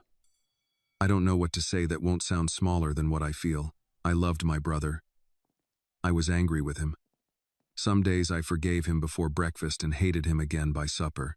That is the truth of being hurt by someone you still love. If he ever finds you, Rosie, don't let him buy his way past what happened. But don't let my anger be the only thing he inherits either. William covered his eyes. Outside the glass, Margaret stood still. Rose took the letter back. Her voice shook now, but she finished. And if my mother ever sees Annie, I hope she has enough years left to regret what pride cost her. I do not say that cruelly. Regret may be the last mercy God gives people who confused control with love. Samuel bowed his head. Rose read the final lines. I kept the eagle because I could not stop being a brother. I gave it to you because I did not want Annie to think I belonged to people who threw me away. I belong to you. I belong to her. And if the day comes when that patch brings the past to your door, you decide how wide to open it. You kept me alive in the years after I lost my name. Don't let anybody make you feel small in the house we built. Rose lowered the letter. No one spoke. The radio behind the counter had gone to static sometime during the reading. Marcus would have reached over and fixed it on a normal day. No one moved now. Then Annie stood. She walked to the front door and unlocked it. Rose looked up. Annie. Annie opened the door. Margaret stood outside, her eyes fixed on the letter in Rose's hand. You heard?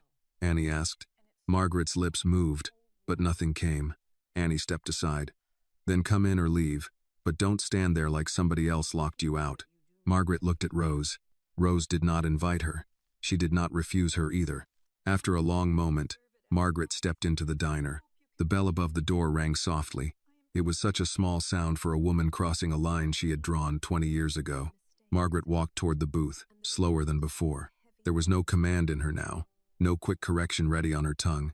She looked at the boxes, at the letters, at Daniel's jacket, then at the silver eagle patch lying near Annie's hand. May I see it? She asked. Rose's face closed. Annie picked up the patch. Why? Margaret looked at her. Because I remember sewing the first loose thread on Daniel's jacket when he was 16. He told me not to fuss. I fussed anyway. William stared at his mother.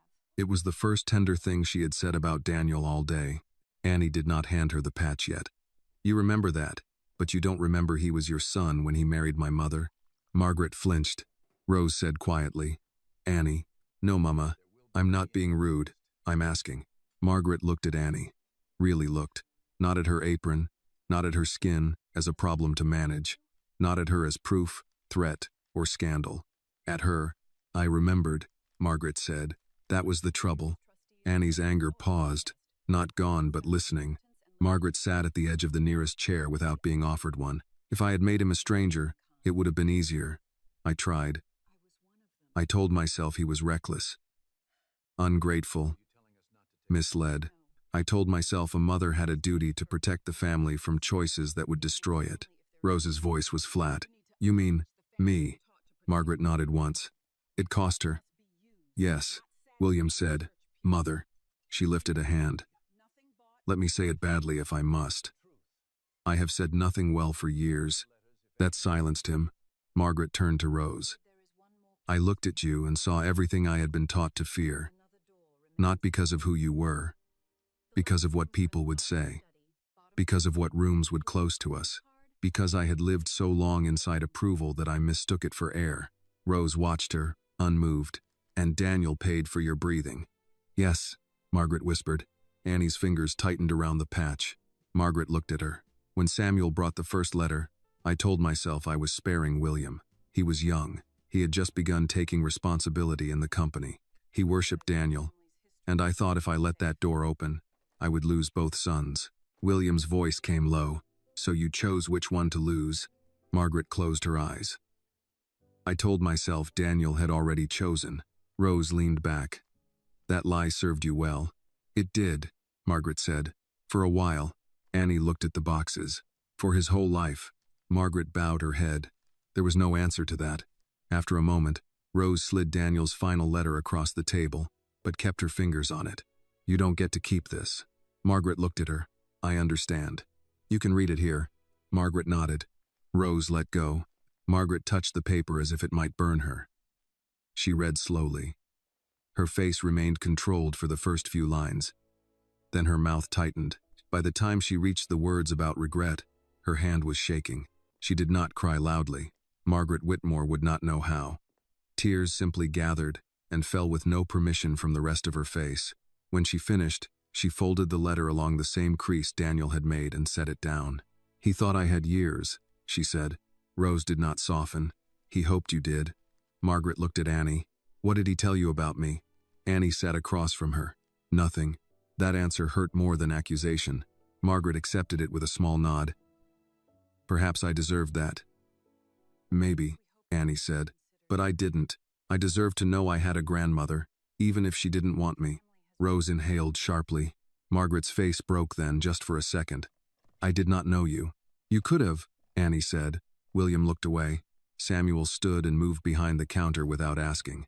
He poured water into 4 glasses because it was something to do when words had cut too deep. Margaret looked at the glass he set before her. Thank you, Samuel. He nodded, but his face stayed guarded. William picked up one of the open letters. There will be a DNA test. Margaret stiffened.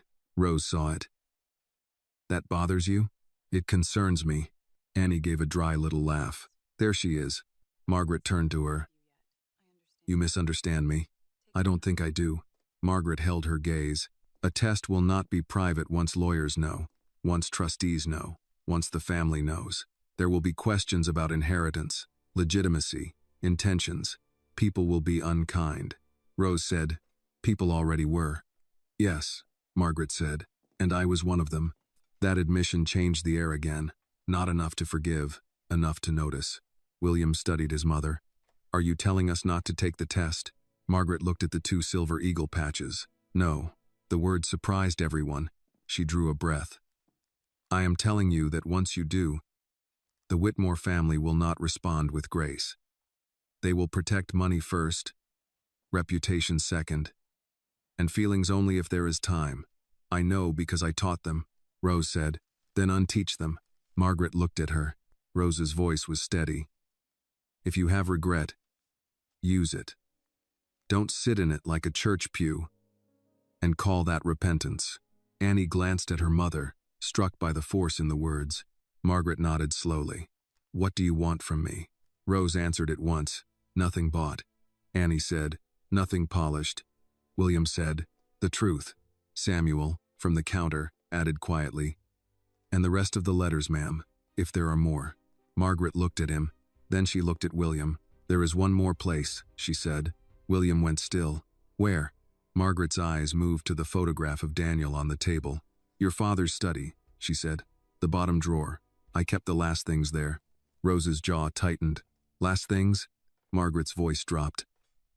A Christmas card. A baby picture. And a letter Daniel wrote to me.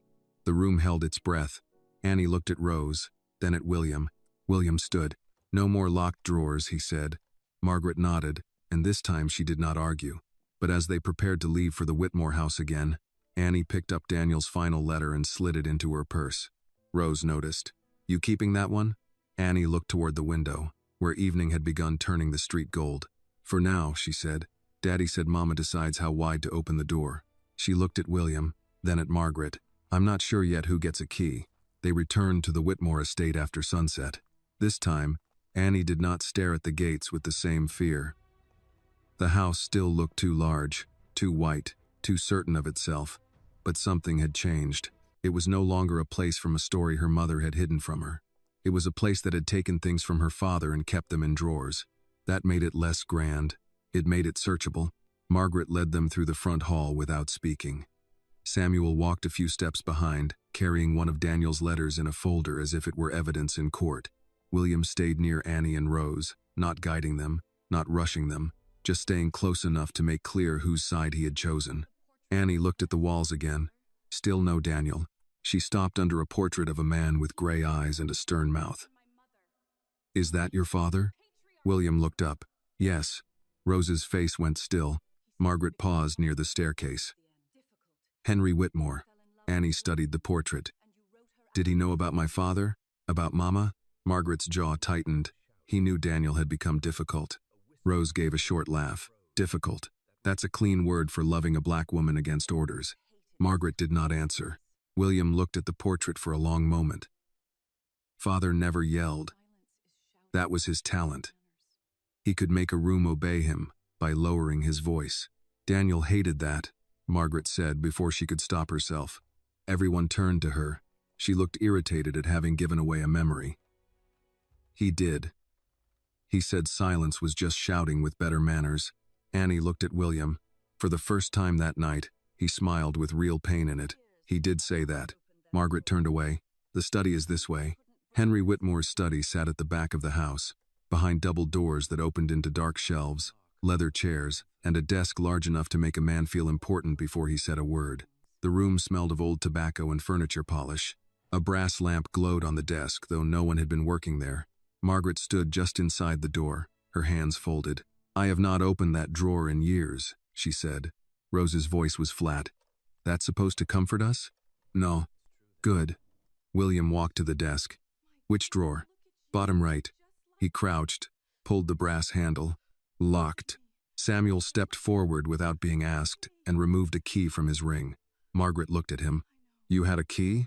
"I had many keys, ma'am. That was my job." He unlocked the drawer. William pulled it open. Inside were 3 items, placed with the careful order of a person who wanted to pretend storage was not the same as burial. A small Christmas card, a baby photograph in a yellowed envelope, and a letter addressed to Margaret Whitmore. Rose's hand went to her throat. Annie saw the baby photograph first. She knew before anyone touched it. "That's me," she said. William lifted it. In the picture, Annie was a few months old, wrapped in a yellow blanket, sleeping with one fist near her mouth. On the back, Daniel had written, "Annie Rose. She already looks like she has opinions." Rose made a sound that was almost a laugh and almost grief. He loved that picture. Margaret stared at it. "I know." Annie looked up sharply. "You looked at it?" Margaret nodded. "And you still kept it from him?" Annie asked, pointing to William. Margaret did not defend herself. "Yes." The answer was so plain it left no place for Annie's anger to land cleanly. She hated that. She wanted Margaret to argue so she could fight back. Instead, the old woman stood there with the truth in her mouth and no shelter over it. William picked up the Christmas card next. The envelope was never sealed. Daniel must have planned to hand it over. On the front was a painted church in snow, the kind sold in drugstores every December. Inside, in Daniel's handwriting, were only 3 lines. "Will, I drove all this way, and may still lose my nerve. If I don't see you tonight, Merry Christmas. If I do, pretend you missed me less than I missed you. I'll know you're lying." William sat down in his father's chair. No one spoke while he read it twice. Then a third time, Rose looked toward the window. "He came home with that card in his coat," said the gate was closed. Samuel's voice was low. "I told him Mrs. Whitmore was not receiving visitors." William looked at him. Samuel's eyes were wet. "I was told to say it, sir. That does not make it less mine." Rose looked at Samuel, and for the first time her anger at him softened into something more complicated. "Did he say anything?" Samuel nodded. "He asked if Mr. William was well. I said yes. He smiled then, but not in a happy way. He gave me the card and the gift, and told me if I had a chance, I should pass them along. Then he said, 'Tell my brother eagles are stubborn birds.'" William bent forward, the card held between both hands. Annie stood beside Rose, holding the baby picture. Her father had driven to this house. He had stood near these gates. He had been turned away with a card in his coat and a gift in his hand. Then he had gone home and still taught his daughter not to hate people by name. That seemed impossible now. Margaret reached for the final letter, then stopped. Rose noticed. "Afraid of his handwriting?" Margaret's voice was quiet. "Yes." No one expected that. Margaret picked up the letter and sat in the chair across from the desk, not at the desk itself. She looked suddenly smaller in the room her husband had once ruled. "This was the only letter he wrote to me after he left," she said. William looked up. "You read it?" "Many times." "Why didn't you answer?" Margaret looked at the folded paper. "Because every answer I knew how to give still required him to apologize." Rose's mouth tightened. Margaret unfolded the letter. Her hands shook, but she read aloud. "Mother, Rose says I should not write when I'm angry because I sharpen sentences like knives. She is right. So I waited 3 days. I am still angry, but the blade is cleaner now." A faint sound left Rose. "That man," Margaret continued. "I know what you think I chose. You think I chose a woman over family. You think I chose hardship over responsibility. You think I chose embarrassment over order. Maybe from where you sit, that is what it looks like. From where I stand, I chose not to let the people who raised me decide which parts of my heart were respectable." William closed his eyes. "I love Rose, not as rebellion, not as a phase, not as punishment for you. I love her because she tells the truth when it would be easier not to. I love her because she knows the price of dignity and pays it without sending anyone else the bill. I love her because when I am with her, I do not feel like a son being measured. I feel like a man being known." Rose turned away. Annie slipped her hand into her mother's. Margaret read slower now. "You called her practical, and you were right. She is practical enough to know your world will not forgive her for being loved by me. She is practical enough to be afraid, but she is also brave enough not to sell me back to you. I wish you had met that bravery with something better than money." Margaret's voice broke on the last word, but she forced herself to finish. "If I have a child one day, I will not teach that child to hate you. That would still make you too large in my house. But I will not teach that child to beg for you either. If you want to be family, you will have to come as family, not as a queen inspecting damage." Annie looked at Margaret. The old woman's tears fell freely now, though she made no sound. The final paragraph was short. "I am your son. That is not something you can revoke. But I am Rose's husband by choice, and if you make me choose again, I will choose her again. I hope one day you understand that love is not disobedience. Sometimes it is the first honest thing a person ever does." Margaret lowered the letter. For a long time, the study remained silent. Then Rose said, "He should have said that to your face." Margaret nodded. "Yes, he probably tried." Another nod, smaller. "Yes." Annie stepped forward with the baby picture. "Did you ever show this to anyone?" Margaret shook her head. "Why keep it?" Margaret looked at the sleeping baby in Annie's hand. "Because I could not throw it away." "That's not love," Annie said. "No," Margaret answered. "It is not. It is what cowardice does when it wants to pretend it has a heart." William looked at his mother then, startled by the honesty. Rose studied her too, but offered no comfort. Annie placed the baby photograph on the desk beside Daniel's letter. "My father gave you chances." "Yes," Margaret said. "You wasted them." "Yes. Now what are you going to do with this one?" Margaret looked at her granddaughter. The word was not spoken, but it sat there between them with Daniel's eyes. "I don't know how to be what you need," Margaret said. Annie's answer came fast. "Then start by not deciding what I need." Rose squeezed her hand. William stood slowly. "The test will be done tomorrow." Quietly. "After that, I'm calling the family." Margaret looked alarmed. "William." "No," he said. "No more drawers, no more boxes, no more locked rooms." Daniel had a daughter. Rose was his wife. "This family will hear it from me before they hear it from lawyers or gossip." Margaret looked at Rose. "Will you allow that?" Rose lifted her chin. "You're asking now?" "I am."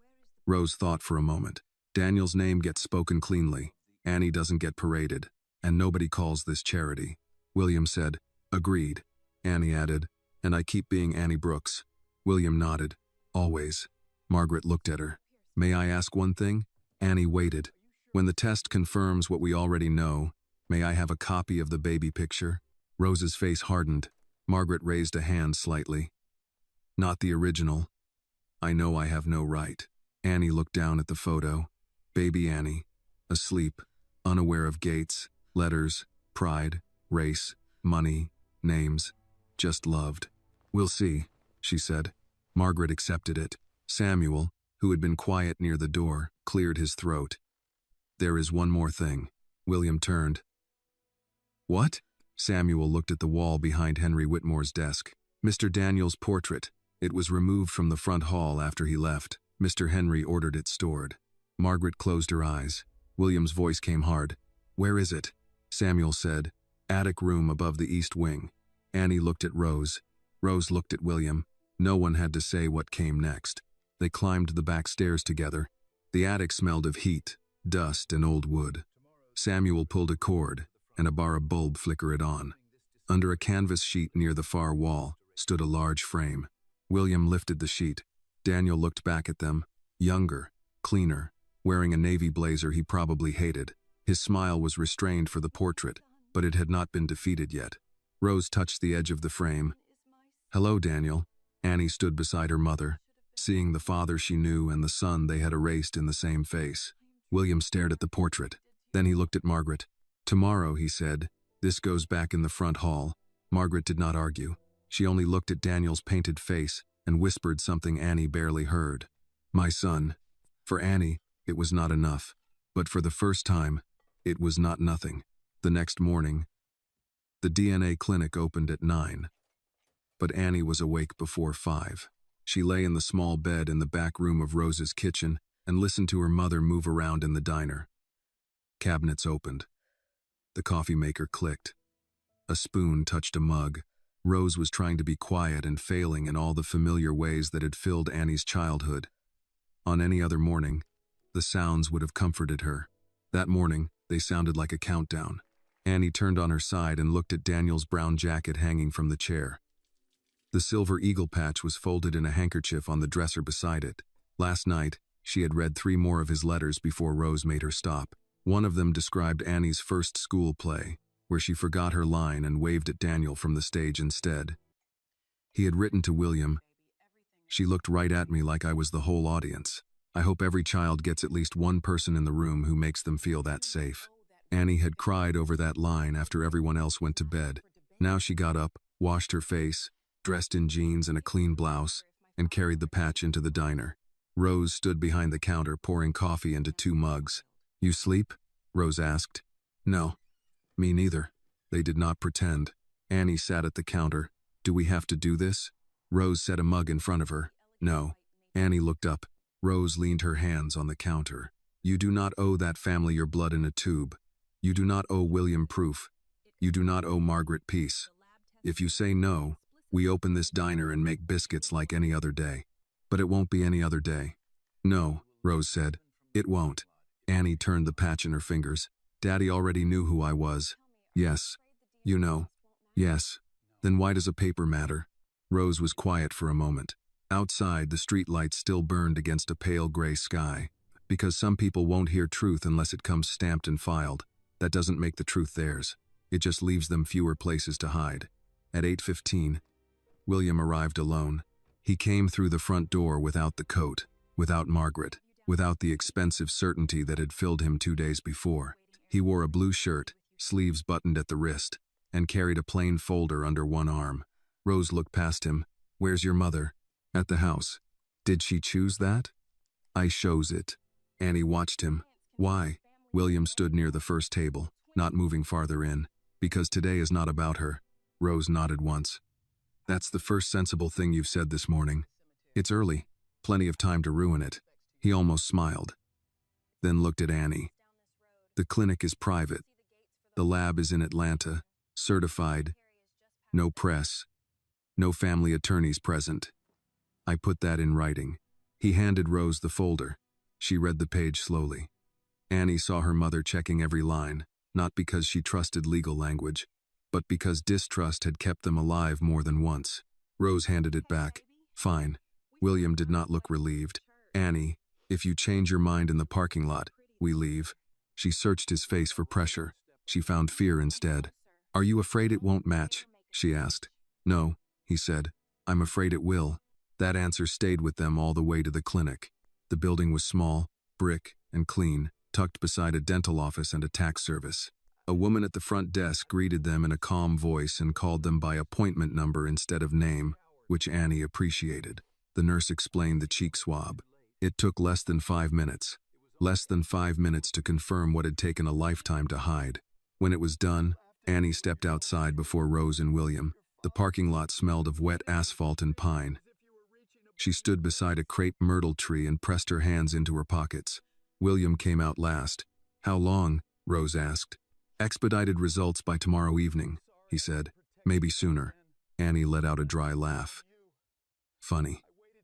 They can find out a family in a day, but it took you 20 years. William took the blow without blinking. "Yes." She looked away. "I didn't mean—" "You did."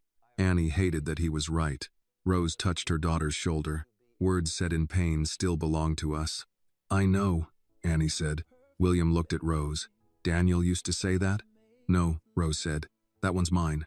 They drove back in silence until William turned not toward the diner, but toward the older road by the cemetery. Rose noticed first. "Where are you going?" William slowed the car. "May I see where he's buried?" Annie's first instinct was no. The word rose fast and hot. Daniel's grave was theirs. It was the place she and Rose brought flowers, the place Rose spoke when the bills got bad, the place Annie sat after graduation because her father had not been there to see her walk. But then she thought of the Christmas card at the gate. Daniel turned away from his own brother, and something in her anger shifted. "He's at Bell Creek Cemetery," she said. "Back row, near the dogwood." William nodded. "Thank you." Bell Creek Cemetery sat behind a white Baptist church with a steeple that needed painting. The graves were uneven, some old enough for names to blur, some fresh with plastic flowers bright against red Georgia clay. Rose led the way without asking if anyone was ready. Daniel's headstone was simple. Daniel Brooks, beloved husband and father, a man who chose love. Annie watched William read it. He stood very still. Rose placed a hand on the stone. "Morning, Daniel." Annie swallowed. That was what Rose always said, whether it was morning or not. William took one step closer, then stopped. "May I?" Rose looked at Annie. Annie looked at the grave. "Don't make a speech." "I won't." William crouched in front of the stone. He rested one hand on his knee, the other hanging uselessly at his side. For a long time, he said nothing. Then his voice came low. "Danny." Rose closed her eyes. Annie had never heard anyone call her father that. William breathed in hard. "I don't know what I'm allowed to say to you. I don't know if saying sorry to a stone is decent or cowardly. Maybe both." A crow called somewhere near the church roof. William continued. "I got your letters. Not when I should have. Not when you needed me. I got them after your daughter had to shame me into believing the truth at a diner table." Annie looked down. "I laughed at her," William said. "God help me, Daniel. I laughed at your girl. She stood there telling the truth, and I treated her like she was reaching for something above her. You would have hated me for that." Rose's mouth trembled. William put his hand over his eyes. "I'm glad you weren't there to see it. I'm sorry you weren't there to correct me." The words broke at the end. Annie felt her anger move again, not gone, not softened into forgiveness, but no longer clean. She had wanted him to hurt. Now he did, and it did not repair anything. William looked at the headstone. "You protected me when we were boys. You took blame that was mine. You waited for me to become brave. I didn't. Not soon enough." He reached into his shirt pocket and took out the small Christmas card Daniel had tried to deliver years before. Rose inhaled sharply. William looked back. "I won't leave it if you don't want me to." Rose hesitated. Then she nodded. William placed the card at the base of the stone, weighted by a small rock. "I came late," he said. "I know that. I can't ask you to hear me, but I'm here now, and I will not let them erase you again." Annie's eyes burned. For a moment, all she could see was her father sitting at the back table, cough held in his chest, smiling at her over a plate of pancakes, shaped like nothing. She thought of his letter. "I want my child to know she has an uncle." She stepped beside William. "He used to call me Little Bird," she said. William looked up at her. Annie kept her eyes on the stone. "I thought it was because I talked too much." A small laugh escaped Rose. William's face changed.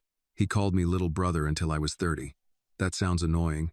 "It was," William said. "I miss it." Annie nodded, not trusting herself with more. Then William stood, but slowly, like leaving required permission from the ground. At the edge of the cemetery, Margaret was waiting. None of them had seen her arrive. Her car sat near the church, engine off. She stood by the gate in a dark dress, one hand resting on the iron fence. looking toward Daniel's grave but not coming closer. Rose saw her and stiffened. Annie did too. William's face hardened. I told her not to come. Margaret did not move. For once, she did not cross the line. Annie looked at the old woman, then at Daniel's grave. She can stand there. Rose turned to her. Annie wiped her cheek. Daddy stood outside their gate once. William closed his eyes. Margaret remained by the cemetery entrance, outside the row of family grief, separated by 30 yards, a fence, and the weight of what she had done. When they walked back to the car, she spoke only once. "May I come another day?" she asked. Rose looked at her for a long time. "Not with us." Margaret nodded. "I understand."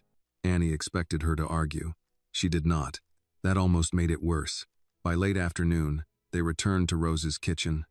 William stayed for coffee but did not sit in Daniel's booth until Annie nodded toward it. He understood the permission and took it carefully. Just before closing, his phone rang. He looked at the screen, then at Rose and Annie. "The lab," he said. The diner went still. Annie's heart began to pound so hard she felt it in her throat. William answered, listened, and did not speak for nearly a minute. Then he lowered the phone. Rose gripped the counter. Annie could not move.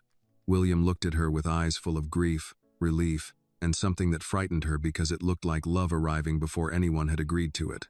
"It's confirmed," he said. "You're Daniel's daughter." Annie's first thought was absurd. "I already was." Her second thought broke her. "Daddy, they know now."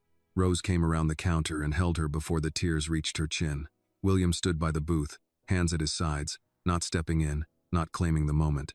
For once, he knew the difference between being present and taking space. Outside, evening settled over Bell Creek.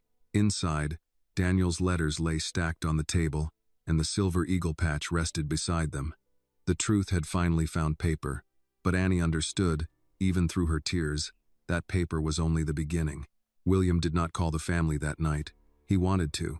Annie could see it in the way he looked at his phone every few minutes, thumb resting near the screen, jaw tight, shoulders carrying a decision that had already been made but not yet spoken. Rose saw it too. She gave him coffee, then took the cup away when it went cold, then gave him another without comment. Annie sat in Daniel's booth with the lab report folded in front of her. Her name was printed there. Daniel's name was not fully, because the test had been done through William's sample. The language was clinical, bloodless, full of percentages and probability. But at the bottom it said what everyone in that diner already knew. Biological relationship confirmed. Annie touched the paper once, then drew her hand back. Rose sat beside her. "You all right?" "No." Rose nodded. "That's fair. I thought I'd feel something clearer." Clear is not what family does best. Annie almost smiled, but it faded. "He was my father before this." "Yes, he was. So why does this hurt?" Rose reached over and smoothed the edge of the report. "Because now the people who denied him don't get to pretend." And pretending was part of what kept the wound quiet. William heard that from across the room. He stood near the counter, one hand in his pocket, looking down at the floor. "I'm calling them tomorrow morning." Rose looked up. "Them?" "My cousins, the board members who are family, the trustees, my mother's sister. Everyone who will try to turn this into a legal problem before they admit it's a moral one." Annie leaned back in the booth. "Sounds like a crowd." "It is." "Are they like Margaret?" William took a moment. "Some are worse because they smile more." Rose made a small sound. "At least you know your people. I should have known them sooner." Annie looked through the window. Main Street had gone quiet. Bell Creek rolled up early most nights, except for the gas station and the bar where men with old regrets drank under neon. Rose's kitchen was the only warm square of light left on the block. "What happens after you call them?" Annie asked. "They'll ask for the report." "No." William looked at her. Annie tapped the folded paper. "This isn't going to get passed around like a menu." He nodded. "Then they can see a certified copy when your mother permits it." Rose watched him carefully. "You're learning." "Slowly. That's usually how men do it." For the first time all day, Annie laughed. It was brief, and it surprised her enough that she put her hand over her mouth. Rose smiled at the sound, but her eyes went wet right after. Joy had become dangerous since Daniel died. It arrived without warning and left fingerprints. William looked at Annie, then away, giving the moment room. The bell above the door rang. Margaret stepped in.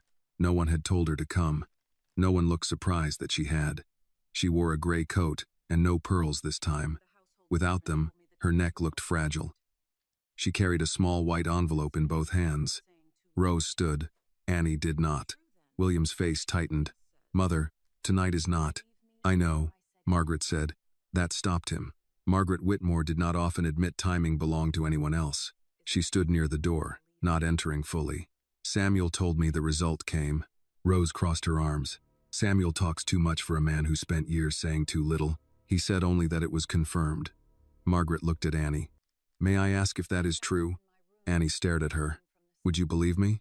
Margaret lowered her eyes. "I would like to. That isn't what I asked." "No," Margaret said. "It isn't."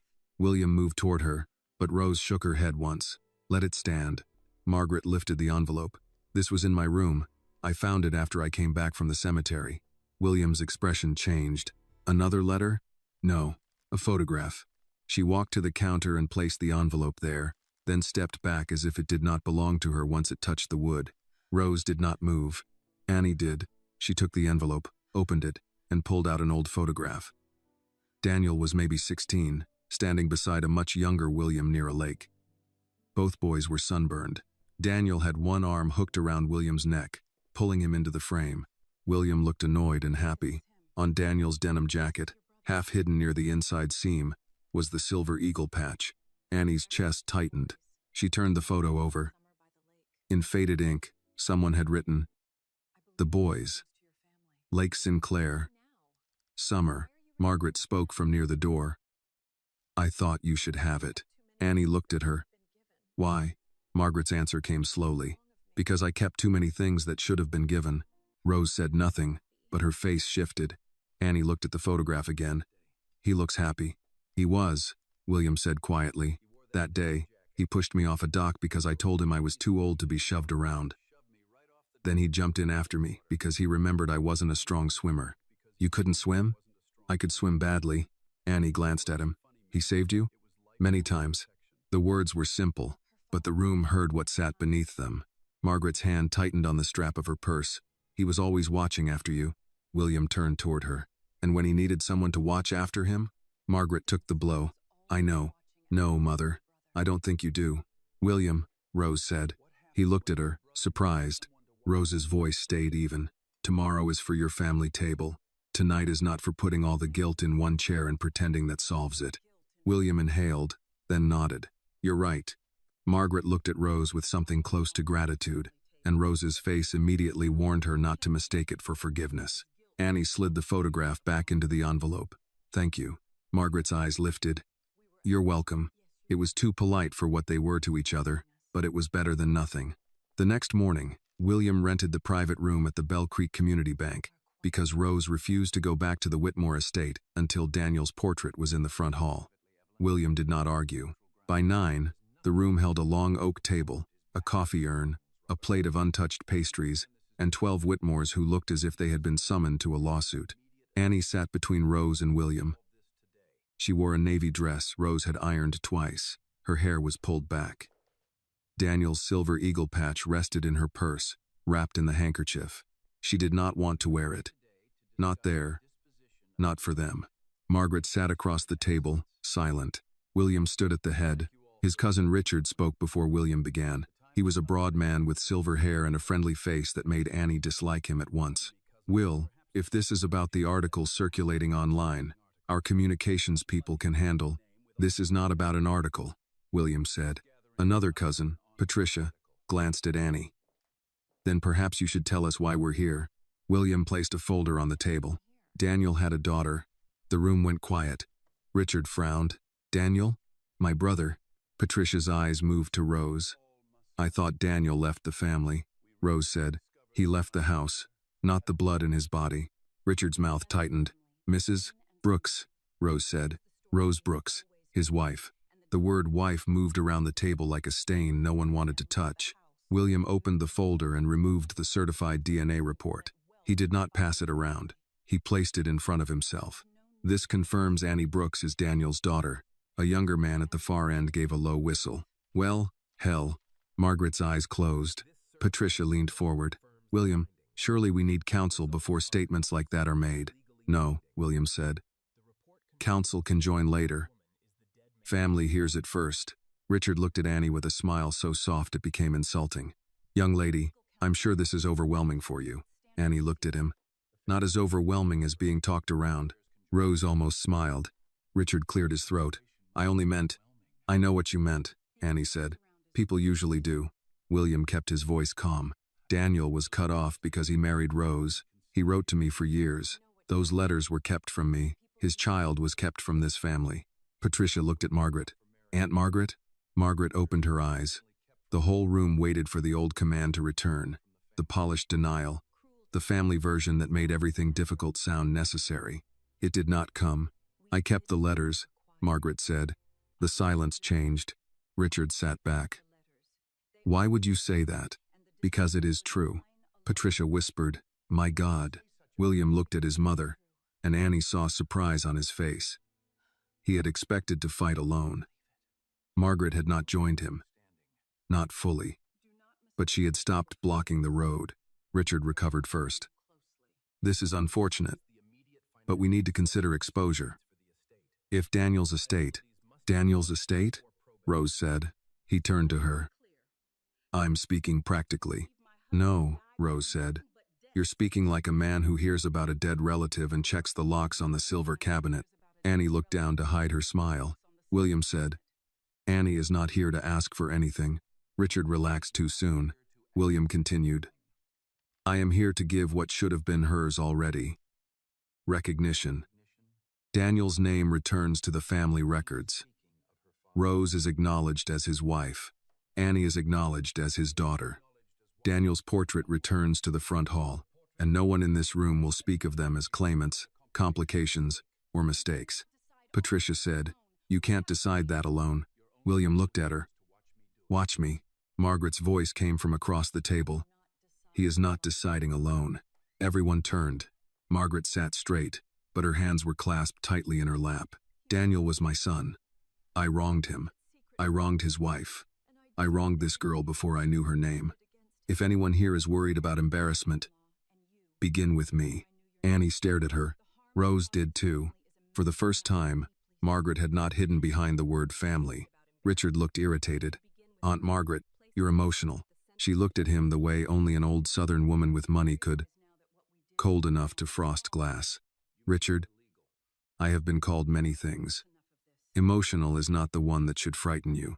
William nearly laughed. Annie did. Just once. The room turned toward her. She let them. Then she stood. Rose touched her wrist, but Annie gave a small shake of her head. I didn't come here for your money, Annie said. My mama kept us fed. My daddy kept us loved. Rose's kitchen kept its lights on without a Whitmore check. No one interrupted.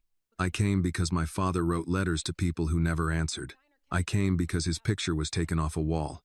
I came because some of you are looking at me like I'm news you hope goes away by Monday. Richard looked down. Annie's voice stayed steady. I don't need your name to know who I am, but my father had it first. And you don't get to keep the parts of him that look good in portraits while throwing away the woman and child he loved. Rose's eyes filled, but she did not wipe them. William looked at Annie with open pride, then caught himself because pride had to be earned too. Margaret whispered, Daniel would have liked that. Annie looked at her. He should have been here to hear it. Yes, Margaret said. He should have. No apology could fill the empty chair. But the chair was visible now. And that was why. When William closed the folder and said the family would gather at the Whitmore house the next day to return Daniel's portrait, no one at the table dared call it unnecessary. The Whitmore house had been built to impress people before they reached the front door. The driveway curved through oaks hung with Spanish moss, past a fountain no one seemed to enjoy, toward white columns that rose like they had been ordered to stand straight for generations. Annie sat in the back seat beside Rose and watched the house grow larger through the windshield. This time she did not feel small. She felt watched, not by the house, exactly, but by the men and women in the portraits inside it, the ones whose names had been protected while her father's had been packed into boxes and carried upstairs like old Christmas ornaments. Rose touched Annie's knee. You don't have to do anything in there you don't want to do. I know. You can leave any time. I know that too. Rose studied her, knowing and feeling her cousins. not twins. Annie looked at her mother. Did Daddy feel nervous when he came here? Rose's hand stilled. Every time. He still came? Once. Maybe more than he told me. Rose looked toward the house. Your father was stubborn in ways that broke my heart. William opened Rose's door before the driver could. Then he opened Annie's. He was wearing a dark suit, but no tie. Annie noticed. Yesterday he had said Daniel hated ties. Ready? He asked. No, Annie said. William nodded. That may be the honest answer for all of us. Inside, the family had already gathered in the front hall. The same cousins from the bank stood near the staircase. Richard was there with his arms folded, speaking quietly to Patricia until Annie entered. A few older relatives Annie had not met stood beneath portraits, pretending not to stare. Margaret waited near the center of the hall, dressed in black, her face composed but tired. Beside her, covered with a canvas cloth, leaned Daniel's portrait. Samuel stood next to it. He had polished the frame. Annie could smell lemon oil. William walked to the middle of the hall. Thank you for coming, Richard murmured. You made it sound less optional. William looked at him. It was. That ended the muttering. Rose stood on Annie's left, William on her right. Annie did not miss the shape of it. Neither did Margaret. Samuel removed the canvas. Daniel looked out at them. Younger than Annie had ever known him. Cleaner than the father who fixed leaky sinks and carried flour sacks into the diner pantry. But still Daniel. The eyes were the same. A little amused. A little unwilling to be tamed. Someone behind Annie whispered, I forgot how much he looked like Henry. Margaret turned. He looked like himself. The whisper died. William looked at his mother, surprised. Margaret kept her eyes on the portrait. He always did. Two men from the estate staff lifted the frame. Samuel guided them to the open space between William's portrait and an older painting of Henry Whitmore. The wall had been empty when Annie first saw it, though the faded rectangle on the wallpaper made clear something had once hung there. Daniel had not simply been forgotten. He had left an outline. The men raised the portrait onto the hook. For a moment, it tilted. Samuel lifted a hand, adjusted the bottom corner, and stepped back. Daniel returned to the front hall without a sound. Rose's breath caught beside Annie. Annie reached for her mother's hand. William spoke quietly. Welcome home, Danny. Margaret closed her eyes. Richard shifted. All right. The portrait is back. Can we discuss next steps in a reasonable manner? Rose's hand tightened around Annie's. William turned slowly. Reasonable? Richard sighed. William, don't make me the villain for saying what everyone is thinking. Recognition is one thing. Legal exposure is another. There are trusts, old documents, inheritance questions, press risks. We have to be careful. Annie looked at him. Careful for who? He blinked. For everyone. No, she said. That word keeps getting used in this family when people mean themselves. Patricia looked uncomfortable. Annie, this is complicated. It was complicated for my father, too. He just didn't have lawyers to make it sound cleaner. Rose said softly, That's enough, baby. But Margaret stepped forward. No, she said. Let her speak. The hall went still. Margaret turned to Richard. You are not wrong that there will be legal matters, but you are wrong about what comes first. Richard looked wary. Aunt Margaret, what comes first is the truth. She paused, and the pause seemed to cost her. Daniel did not disappear. He was pushed out. By me, by this house, by a family more afraid of gossip than grief. No one spoke. Margaret's voice stayed controlled, but Annie heard the break under it. He married Rose. He built a life. He had a daughter. He wrote letters that should have reached William. I kept them. Patricia's hand went to her mouth. Richard stared. Why would you admit that in front of staff?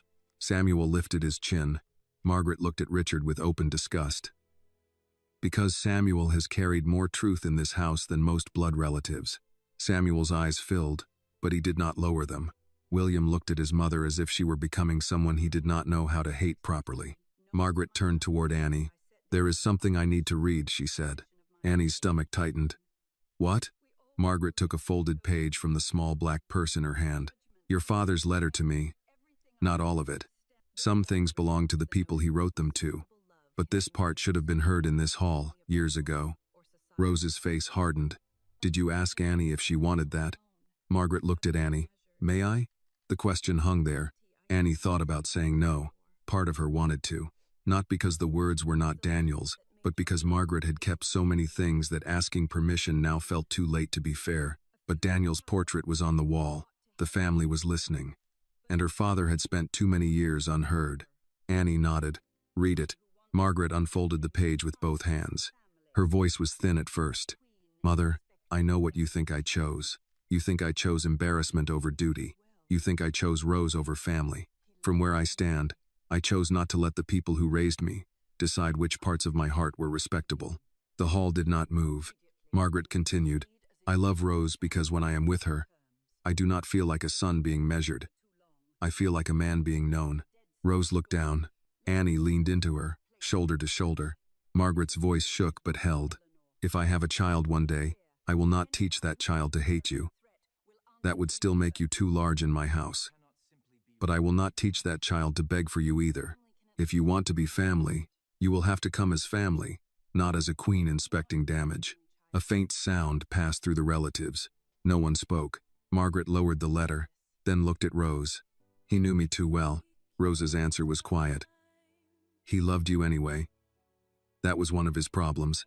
Margaret accepted it. Then she faced the room. I came as a queen for too long.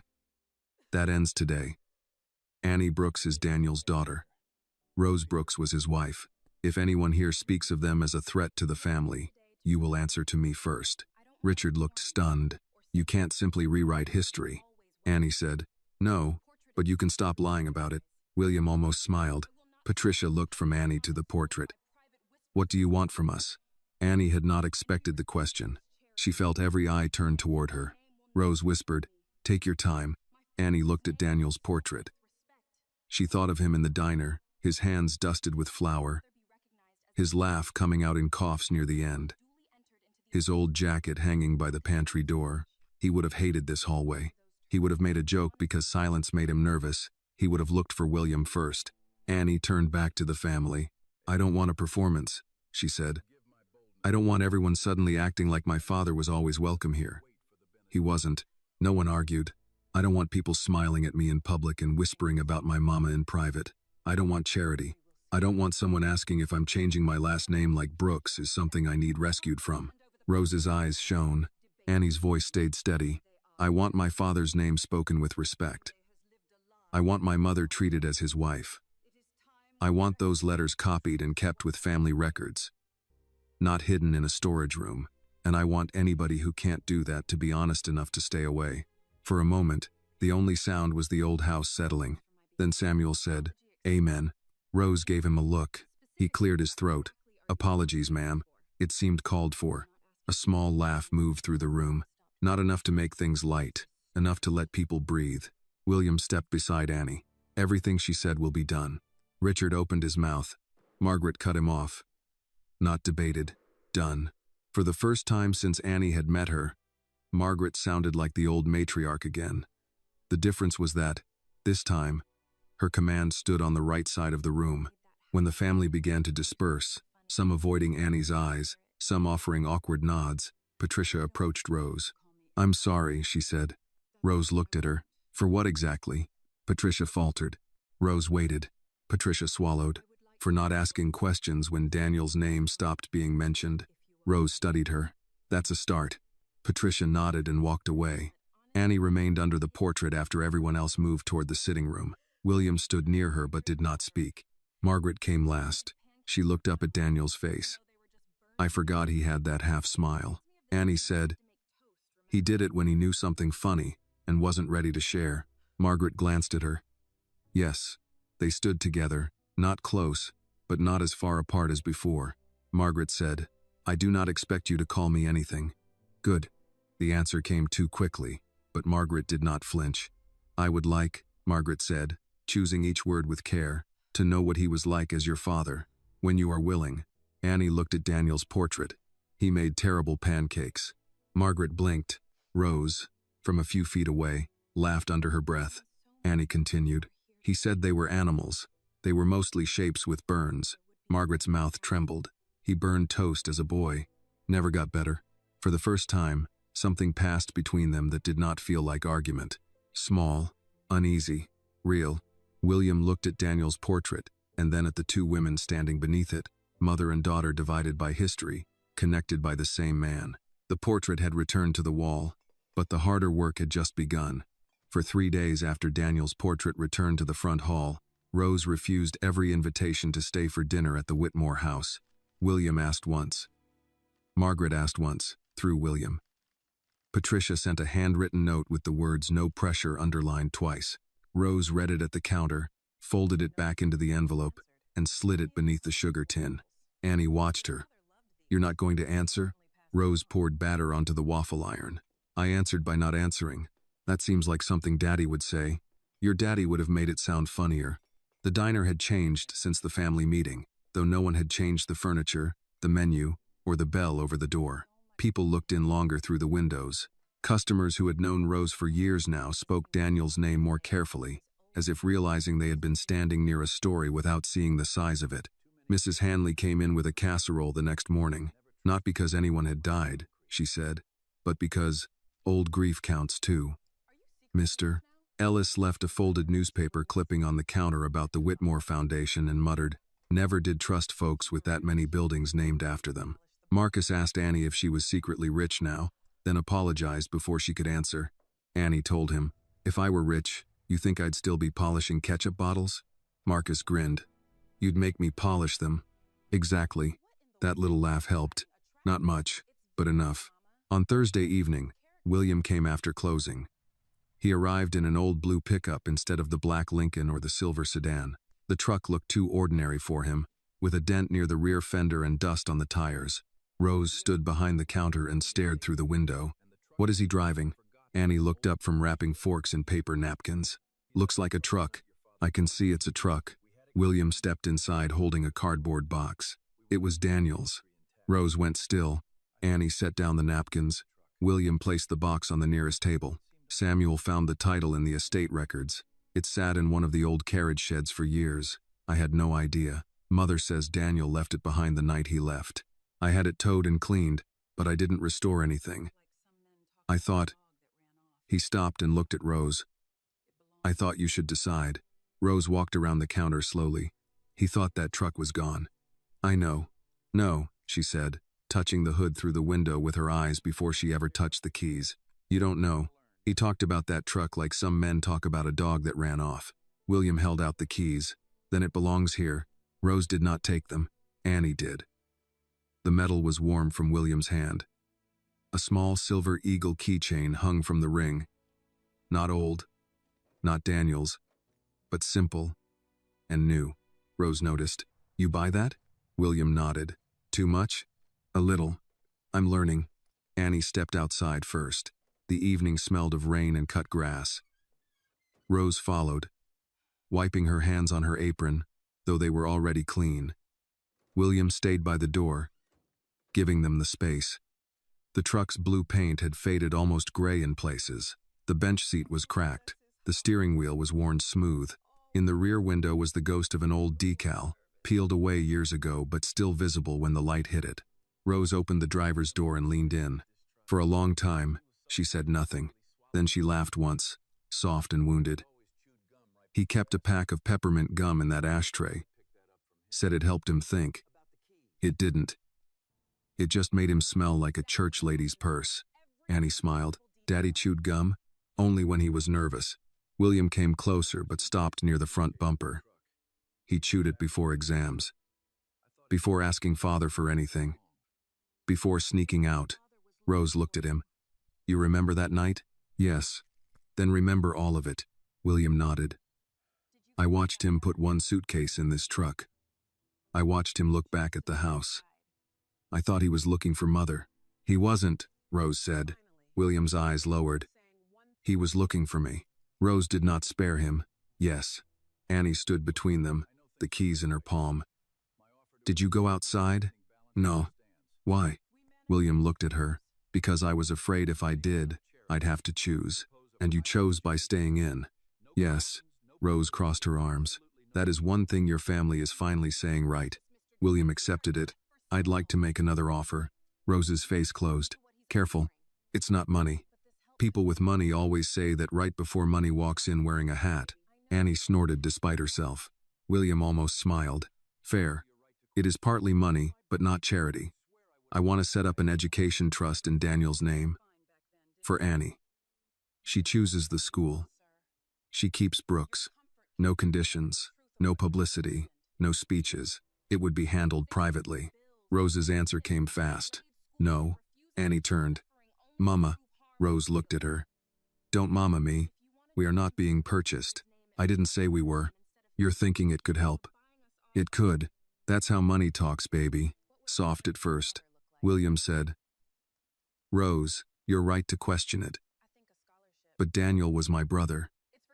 If I had known about Annie, I would have helped. Rose turned on him. But you didn't know. And you didn't know because comfort suited you. Yes. So don't make the helping part sound like a memory you earned. William went quiet. Annie looked from one adult to the other. She was tired of money being treated like poison or medicine depending on who held it. Can I say something? Rose's jaw tightened, but she nodded. Annie held the keys in both hands. Daddy worked sick because the bills didn't care if he was proud. You worked double shifts because the diner didn't care if you were tired. I put off school because love doesn't pay tuition. That doesn't mean I want his money. But I don't want to keep suffering just to prove the Whitmores hurt us. Rose looked away. That one landed. William said nothing wisely. Annie continued, softer now. If Uncle William wants to do something in Daddy's name, then it has to honor Daddy. Not fix guilt. Not bias. Honor him. Rose turned back.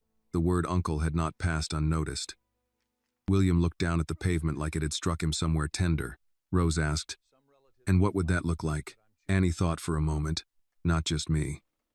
A Daniel Brooks Whitmore scholarship. For kids who work in family businesses, kids who lost a parent, kids who don't have somebody to call when money gets tight. Quiet. No gala. No big picture of William handing out checks. William nodded. Done. Rose shot him a look. Too fast. He corrected himself. I mean, I would like that, if you both approve the terms. Annie looked at her mother. And my school comes from that same fund. Not because I'm a poor girl you rescued. Because I'm Daniel's daughter, and he would have wanted me to go. Rose's face trembled, but she held herself together. He did want that. I know. The rain started then, light at first, tapping the diner awning. Rose looked at the truck, then at the keys in Annie's hand. Your father would have hated all this talking. He wrote letters for 20 years, Annie said. I think he liked talking on paper. Rose laughed, and this time it stayed a little longer. William reached into the cardboard box he had brought and took out a folder. There's something else. Rose sighed. Lord, rich people come with paperwork. This one matters. He opened the folder and removed a copy of a family record. The Whitmore genealogy, typed and bound, with Daniel's name printed beneath Henry and Margaret. Beside his name, where there had once been only a dash, someone had added, husband of Rose Brooks, father of Annie Brooks. Rose took the page. Her eyes moved over the words. Annie read them too. Daniel Brooks Whitmore. Not hidden, not corrected, not erased. Rose pressed her lips together. Who approved this? I did. Will your family fight it? Some will. And? William looked toward the truck. Let them. Rose studied him for a long time. You say that now. I'll say it tomorrow too. We'll see. Yes, he said. You will. The rain grew harder. Annie climbed into the driver's seat of Daniel's old truck. The bench smelled faintly of vinyl, dust, and something mechanical that made her chest ache. Rose leaned in the open window. You ever driven column shift? No. Then don't start it unless you want to hit the pie case. William cleared his throat. I can teach her. Rose looked at him. He quickly added, or not. Annie laughed. Daddy would have taught me. Rose's face softened. He taught me. Badly. William said. He taught everyone badly. Rose glanced at him then, and for a second they shared Daniel without fighting over him. It was gone quickly, but Annie saw it. Later, after William left and Rose locked the diner, Annie sat in the truck with her mother, parked under the awning while rain ran down the windshield. Rose held the family record in her lap. You called him Uncle William, she said. Annie stared ahead. It slipped. Did it? I don't know. Rose nodded. You don't have to decide what he is tonight. I know. And you don't have to reject help just because hurt brought it late. Annie looked at her mother. Rose wiped one tear with the back of her hand, annoyed at it. I'm still mad. You can be. I may be mad a long time. You can be that too. Rose looked at the truck's dashboard. But your father used to say pride makes a poor blanket. Annie smiled. Did he? No. I just wish he had. Sounds like him. They sat there until the rain slowed. Inside the diner, Daniel's letters rested in neat boxes.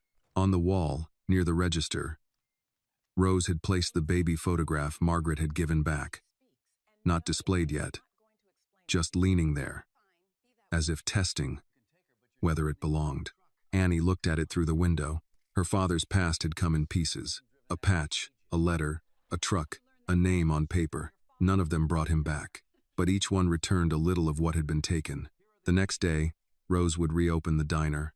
William would call lawyers. Margaret would have to face relatives who preferred silence. Annie would have to decide what it meant to accept a future paid for by a family that had denied her past.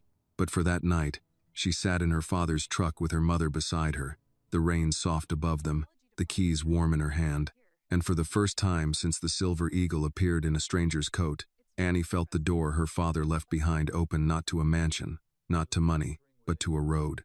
The scholarship papers took a week to draft and 3 days for Rose to read.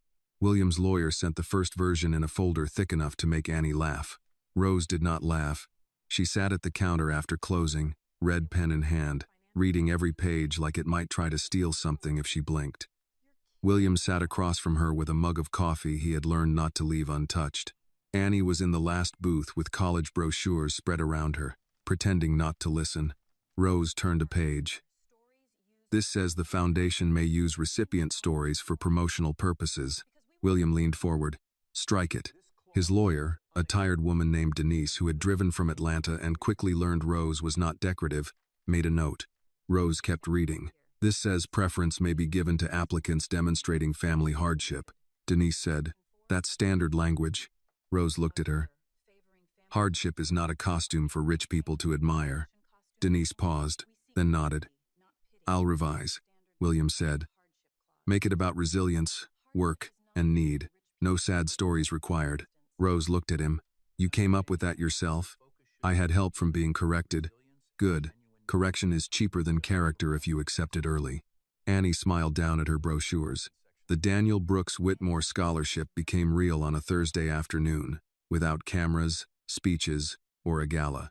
It would help students from small family businesses, students who had lost a parent, and students whose lives had been delayed by illness, work, or bills. Annie's tuition would come from it, but her name would not be used to advertise it. That was Rose's condition, Annie's condition, and by then William had learned that conditions from the Brooks women were not obstacles. They were instructions on how to stay welcome. Margaret did not attend the signing. She sent a handwritten note instead. Rose read it once, folded it, and set it beside the register. Annie picked it up later when her mother went to the kitchen.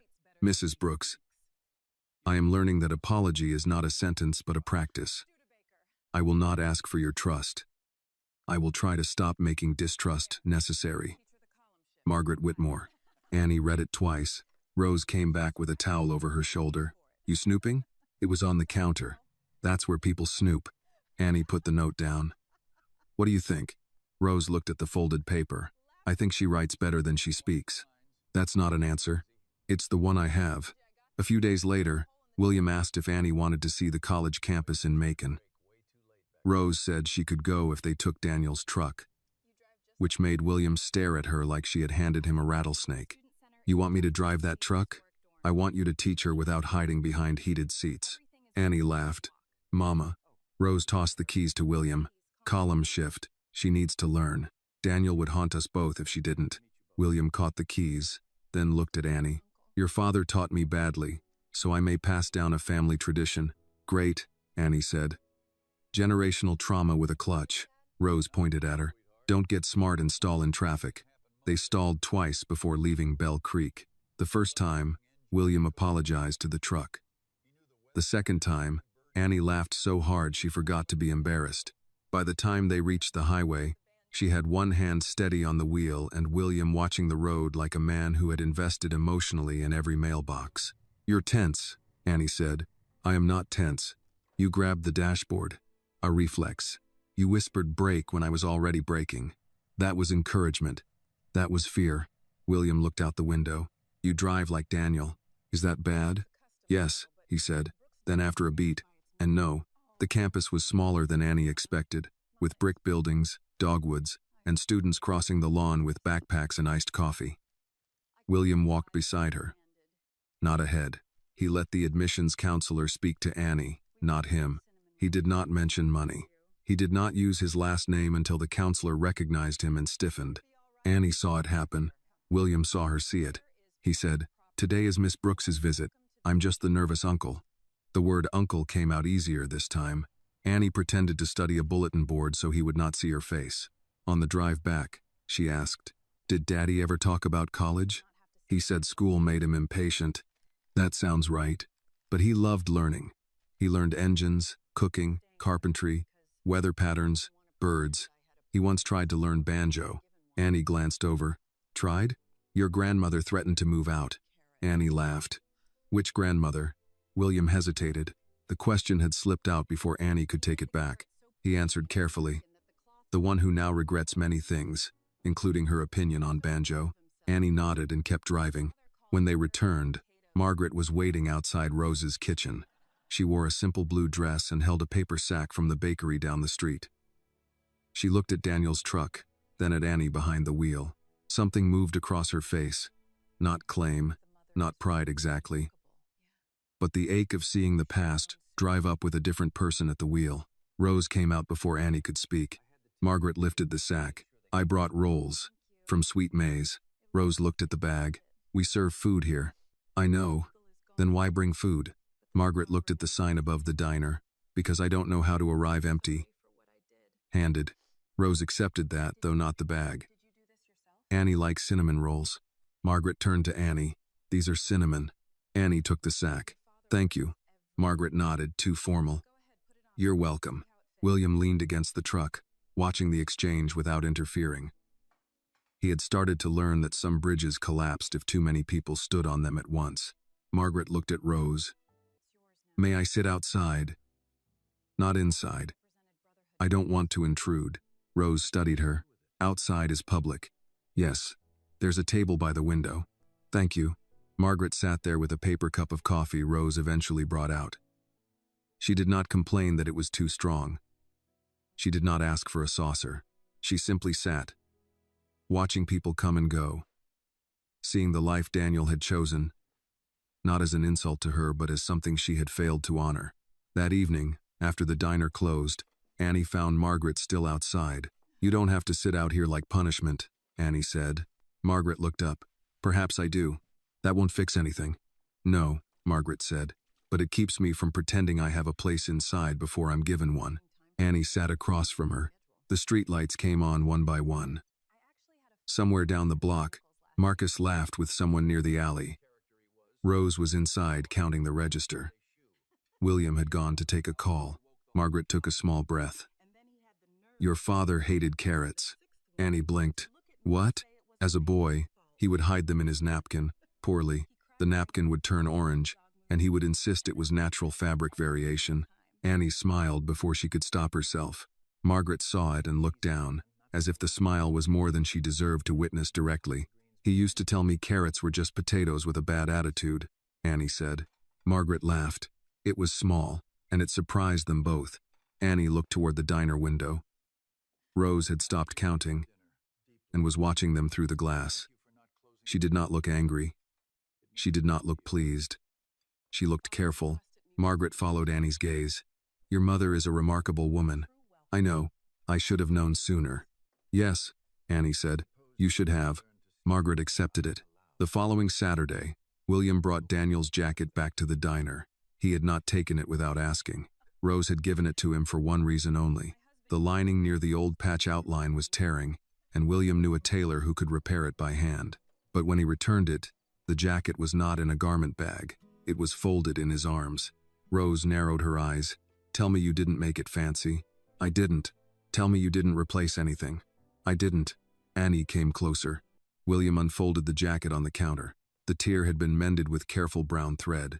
The old outline where the patch once sat remained visible. Beside it, William had stitched a small square of cloth on the inside lining, not covering the old mark. Protecting it, Rose touched the repair. "You did this?" "The tailor started it. I finished." Annie looked at the stitches. "They're crooked." "Yes. Daddy's were crooked too." William's face softened. "I know." Rose lifted the jacket, then handed it to Annie. "Try it on." Annie slipped into it. The sleeves still fell too long. The shoulders were too wide. It smelled of clean fabric now, but beneath that, maybe only in Annie's mind, there was still something of Daniel. Motor oil, coffee, rain. William reached into his pocket and took out his own silver eagle patch. He placed it on the counter. "I want you to keep this," he said. Annie stared at it. "That's yours." It was ours. Then it was mine. Now I think it belongs where Daniel's daughter can decide what it means. Rose looked at William. "You sure?" "No," he said. "But I'm learning that giving back what I held too long is rarely comfortable." Annie picked up the patch. 2 silver eagles now lay in her life. One from her father, one from the brother who arrived late. She did not put William's patch in the wooden box.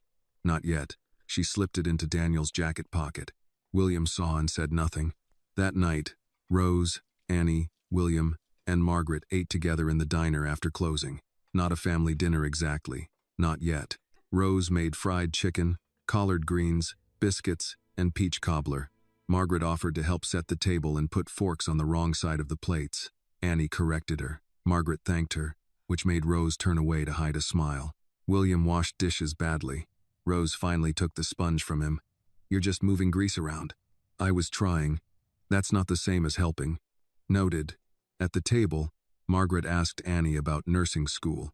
Annie answered carefully at first, then more easily when Margaret asked normal questions and did not try to improve the answers.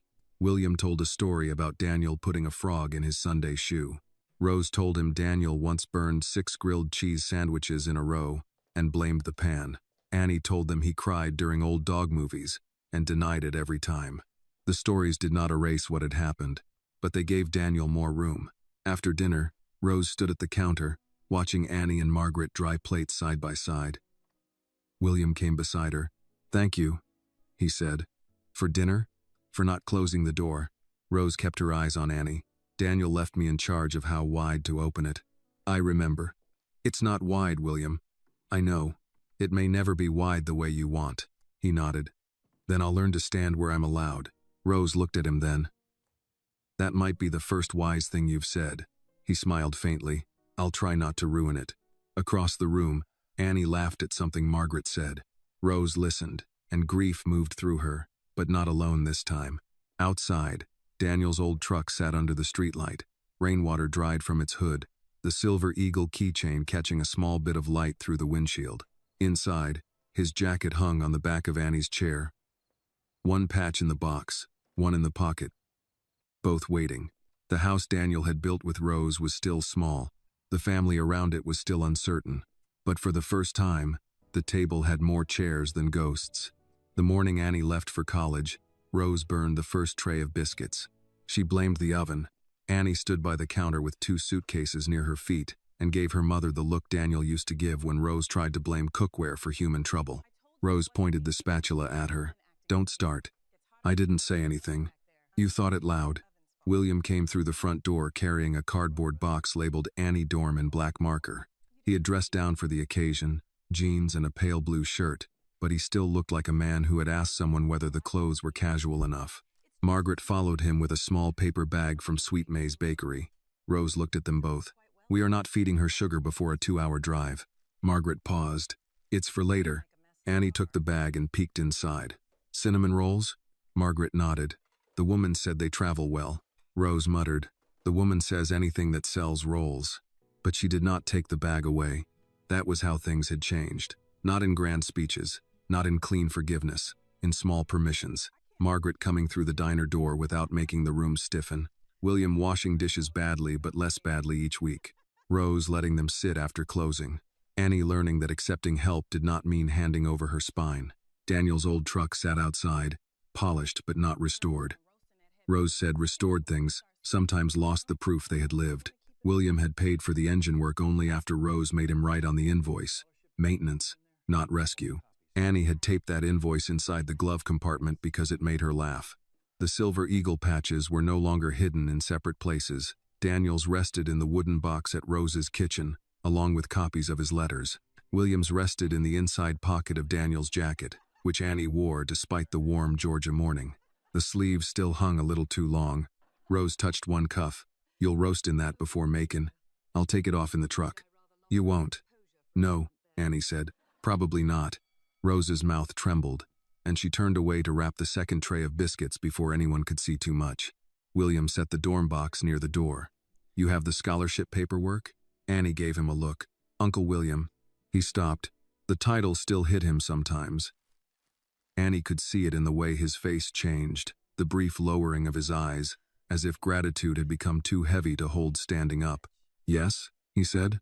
"I have the paperwork. Mama checked it. Denise checked it. Marcus checked it, even though he mostly looked for spelling errors so he could feel involved."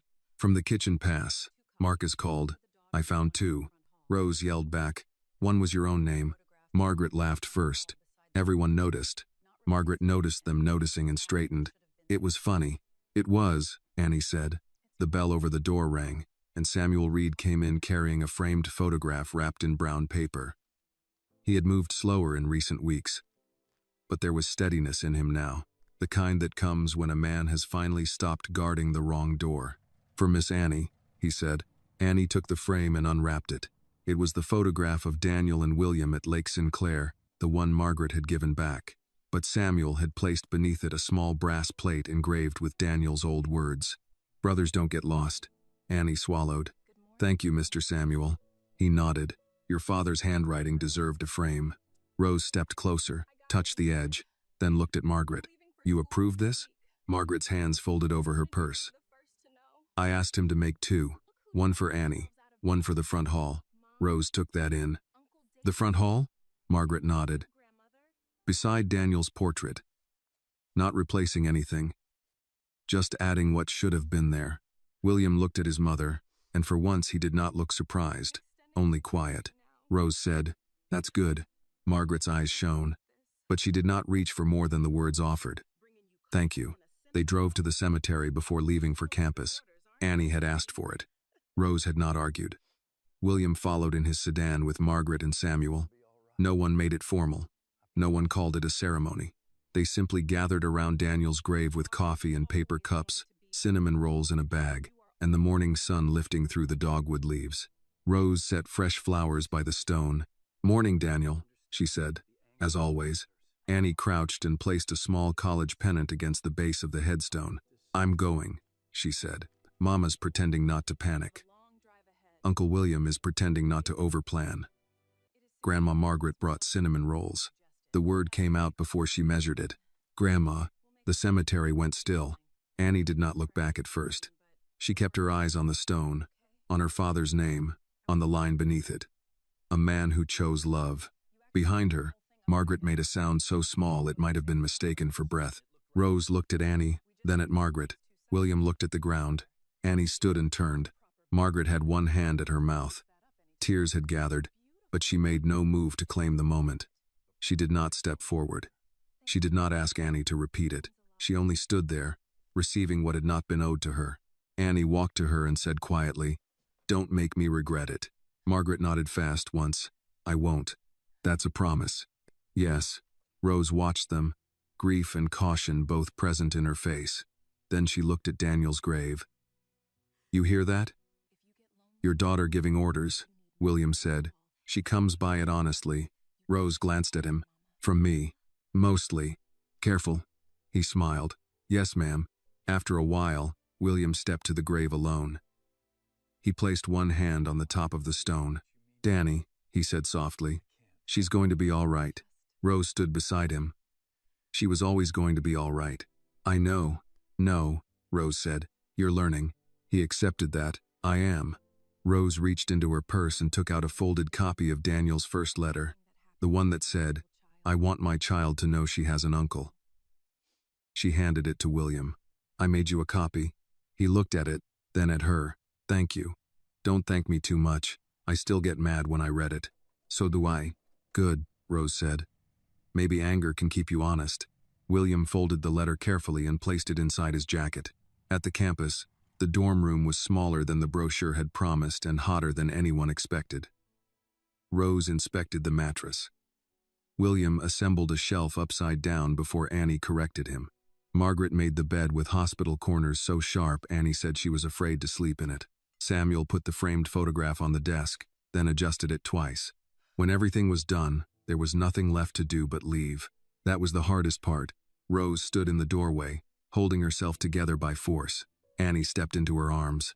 For a long time, neither spoke. Finally, Rose whispered, "Call when you get lonely. Call when you don't. Call if you need money. Call if you don't. Call if the food is bad." Annie laughed into her shoulder. "Mama, I'm serious about the food." "I know." William hugged her next, awkward at first, then less so when Annie held on. "Study hard," he said. "That's the best you've got?" "I had a speech in the car." "What happened?" "You looked at me." She smiled. "Bye, Uncle William." He nodded, unable to answer. Margaret stood last.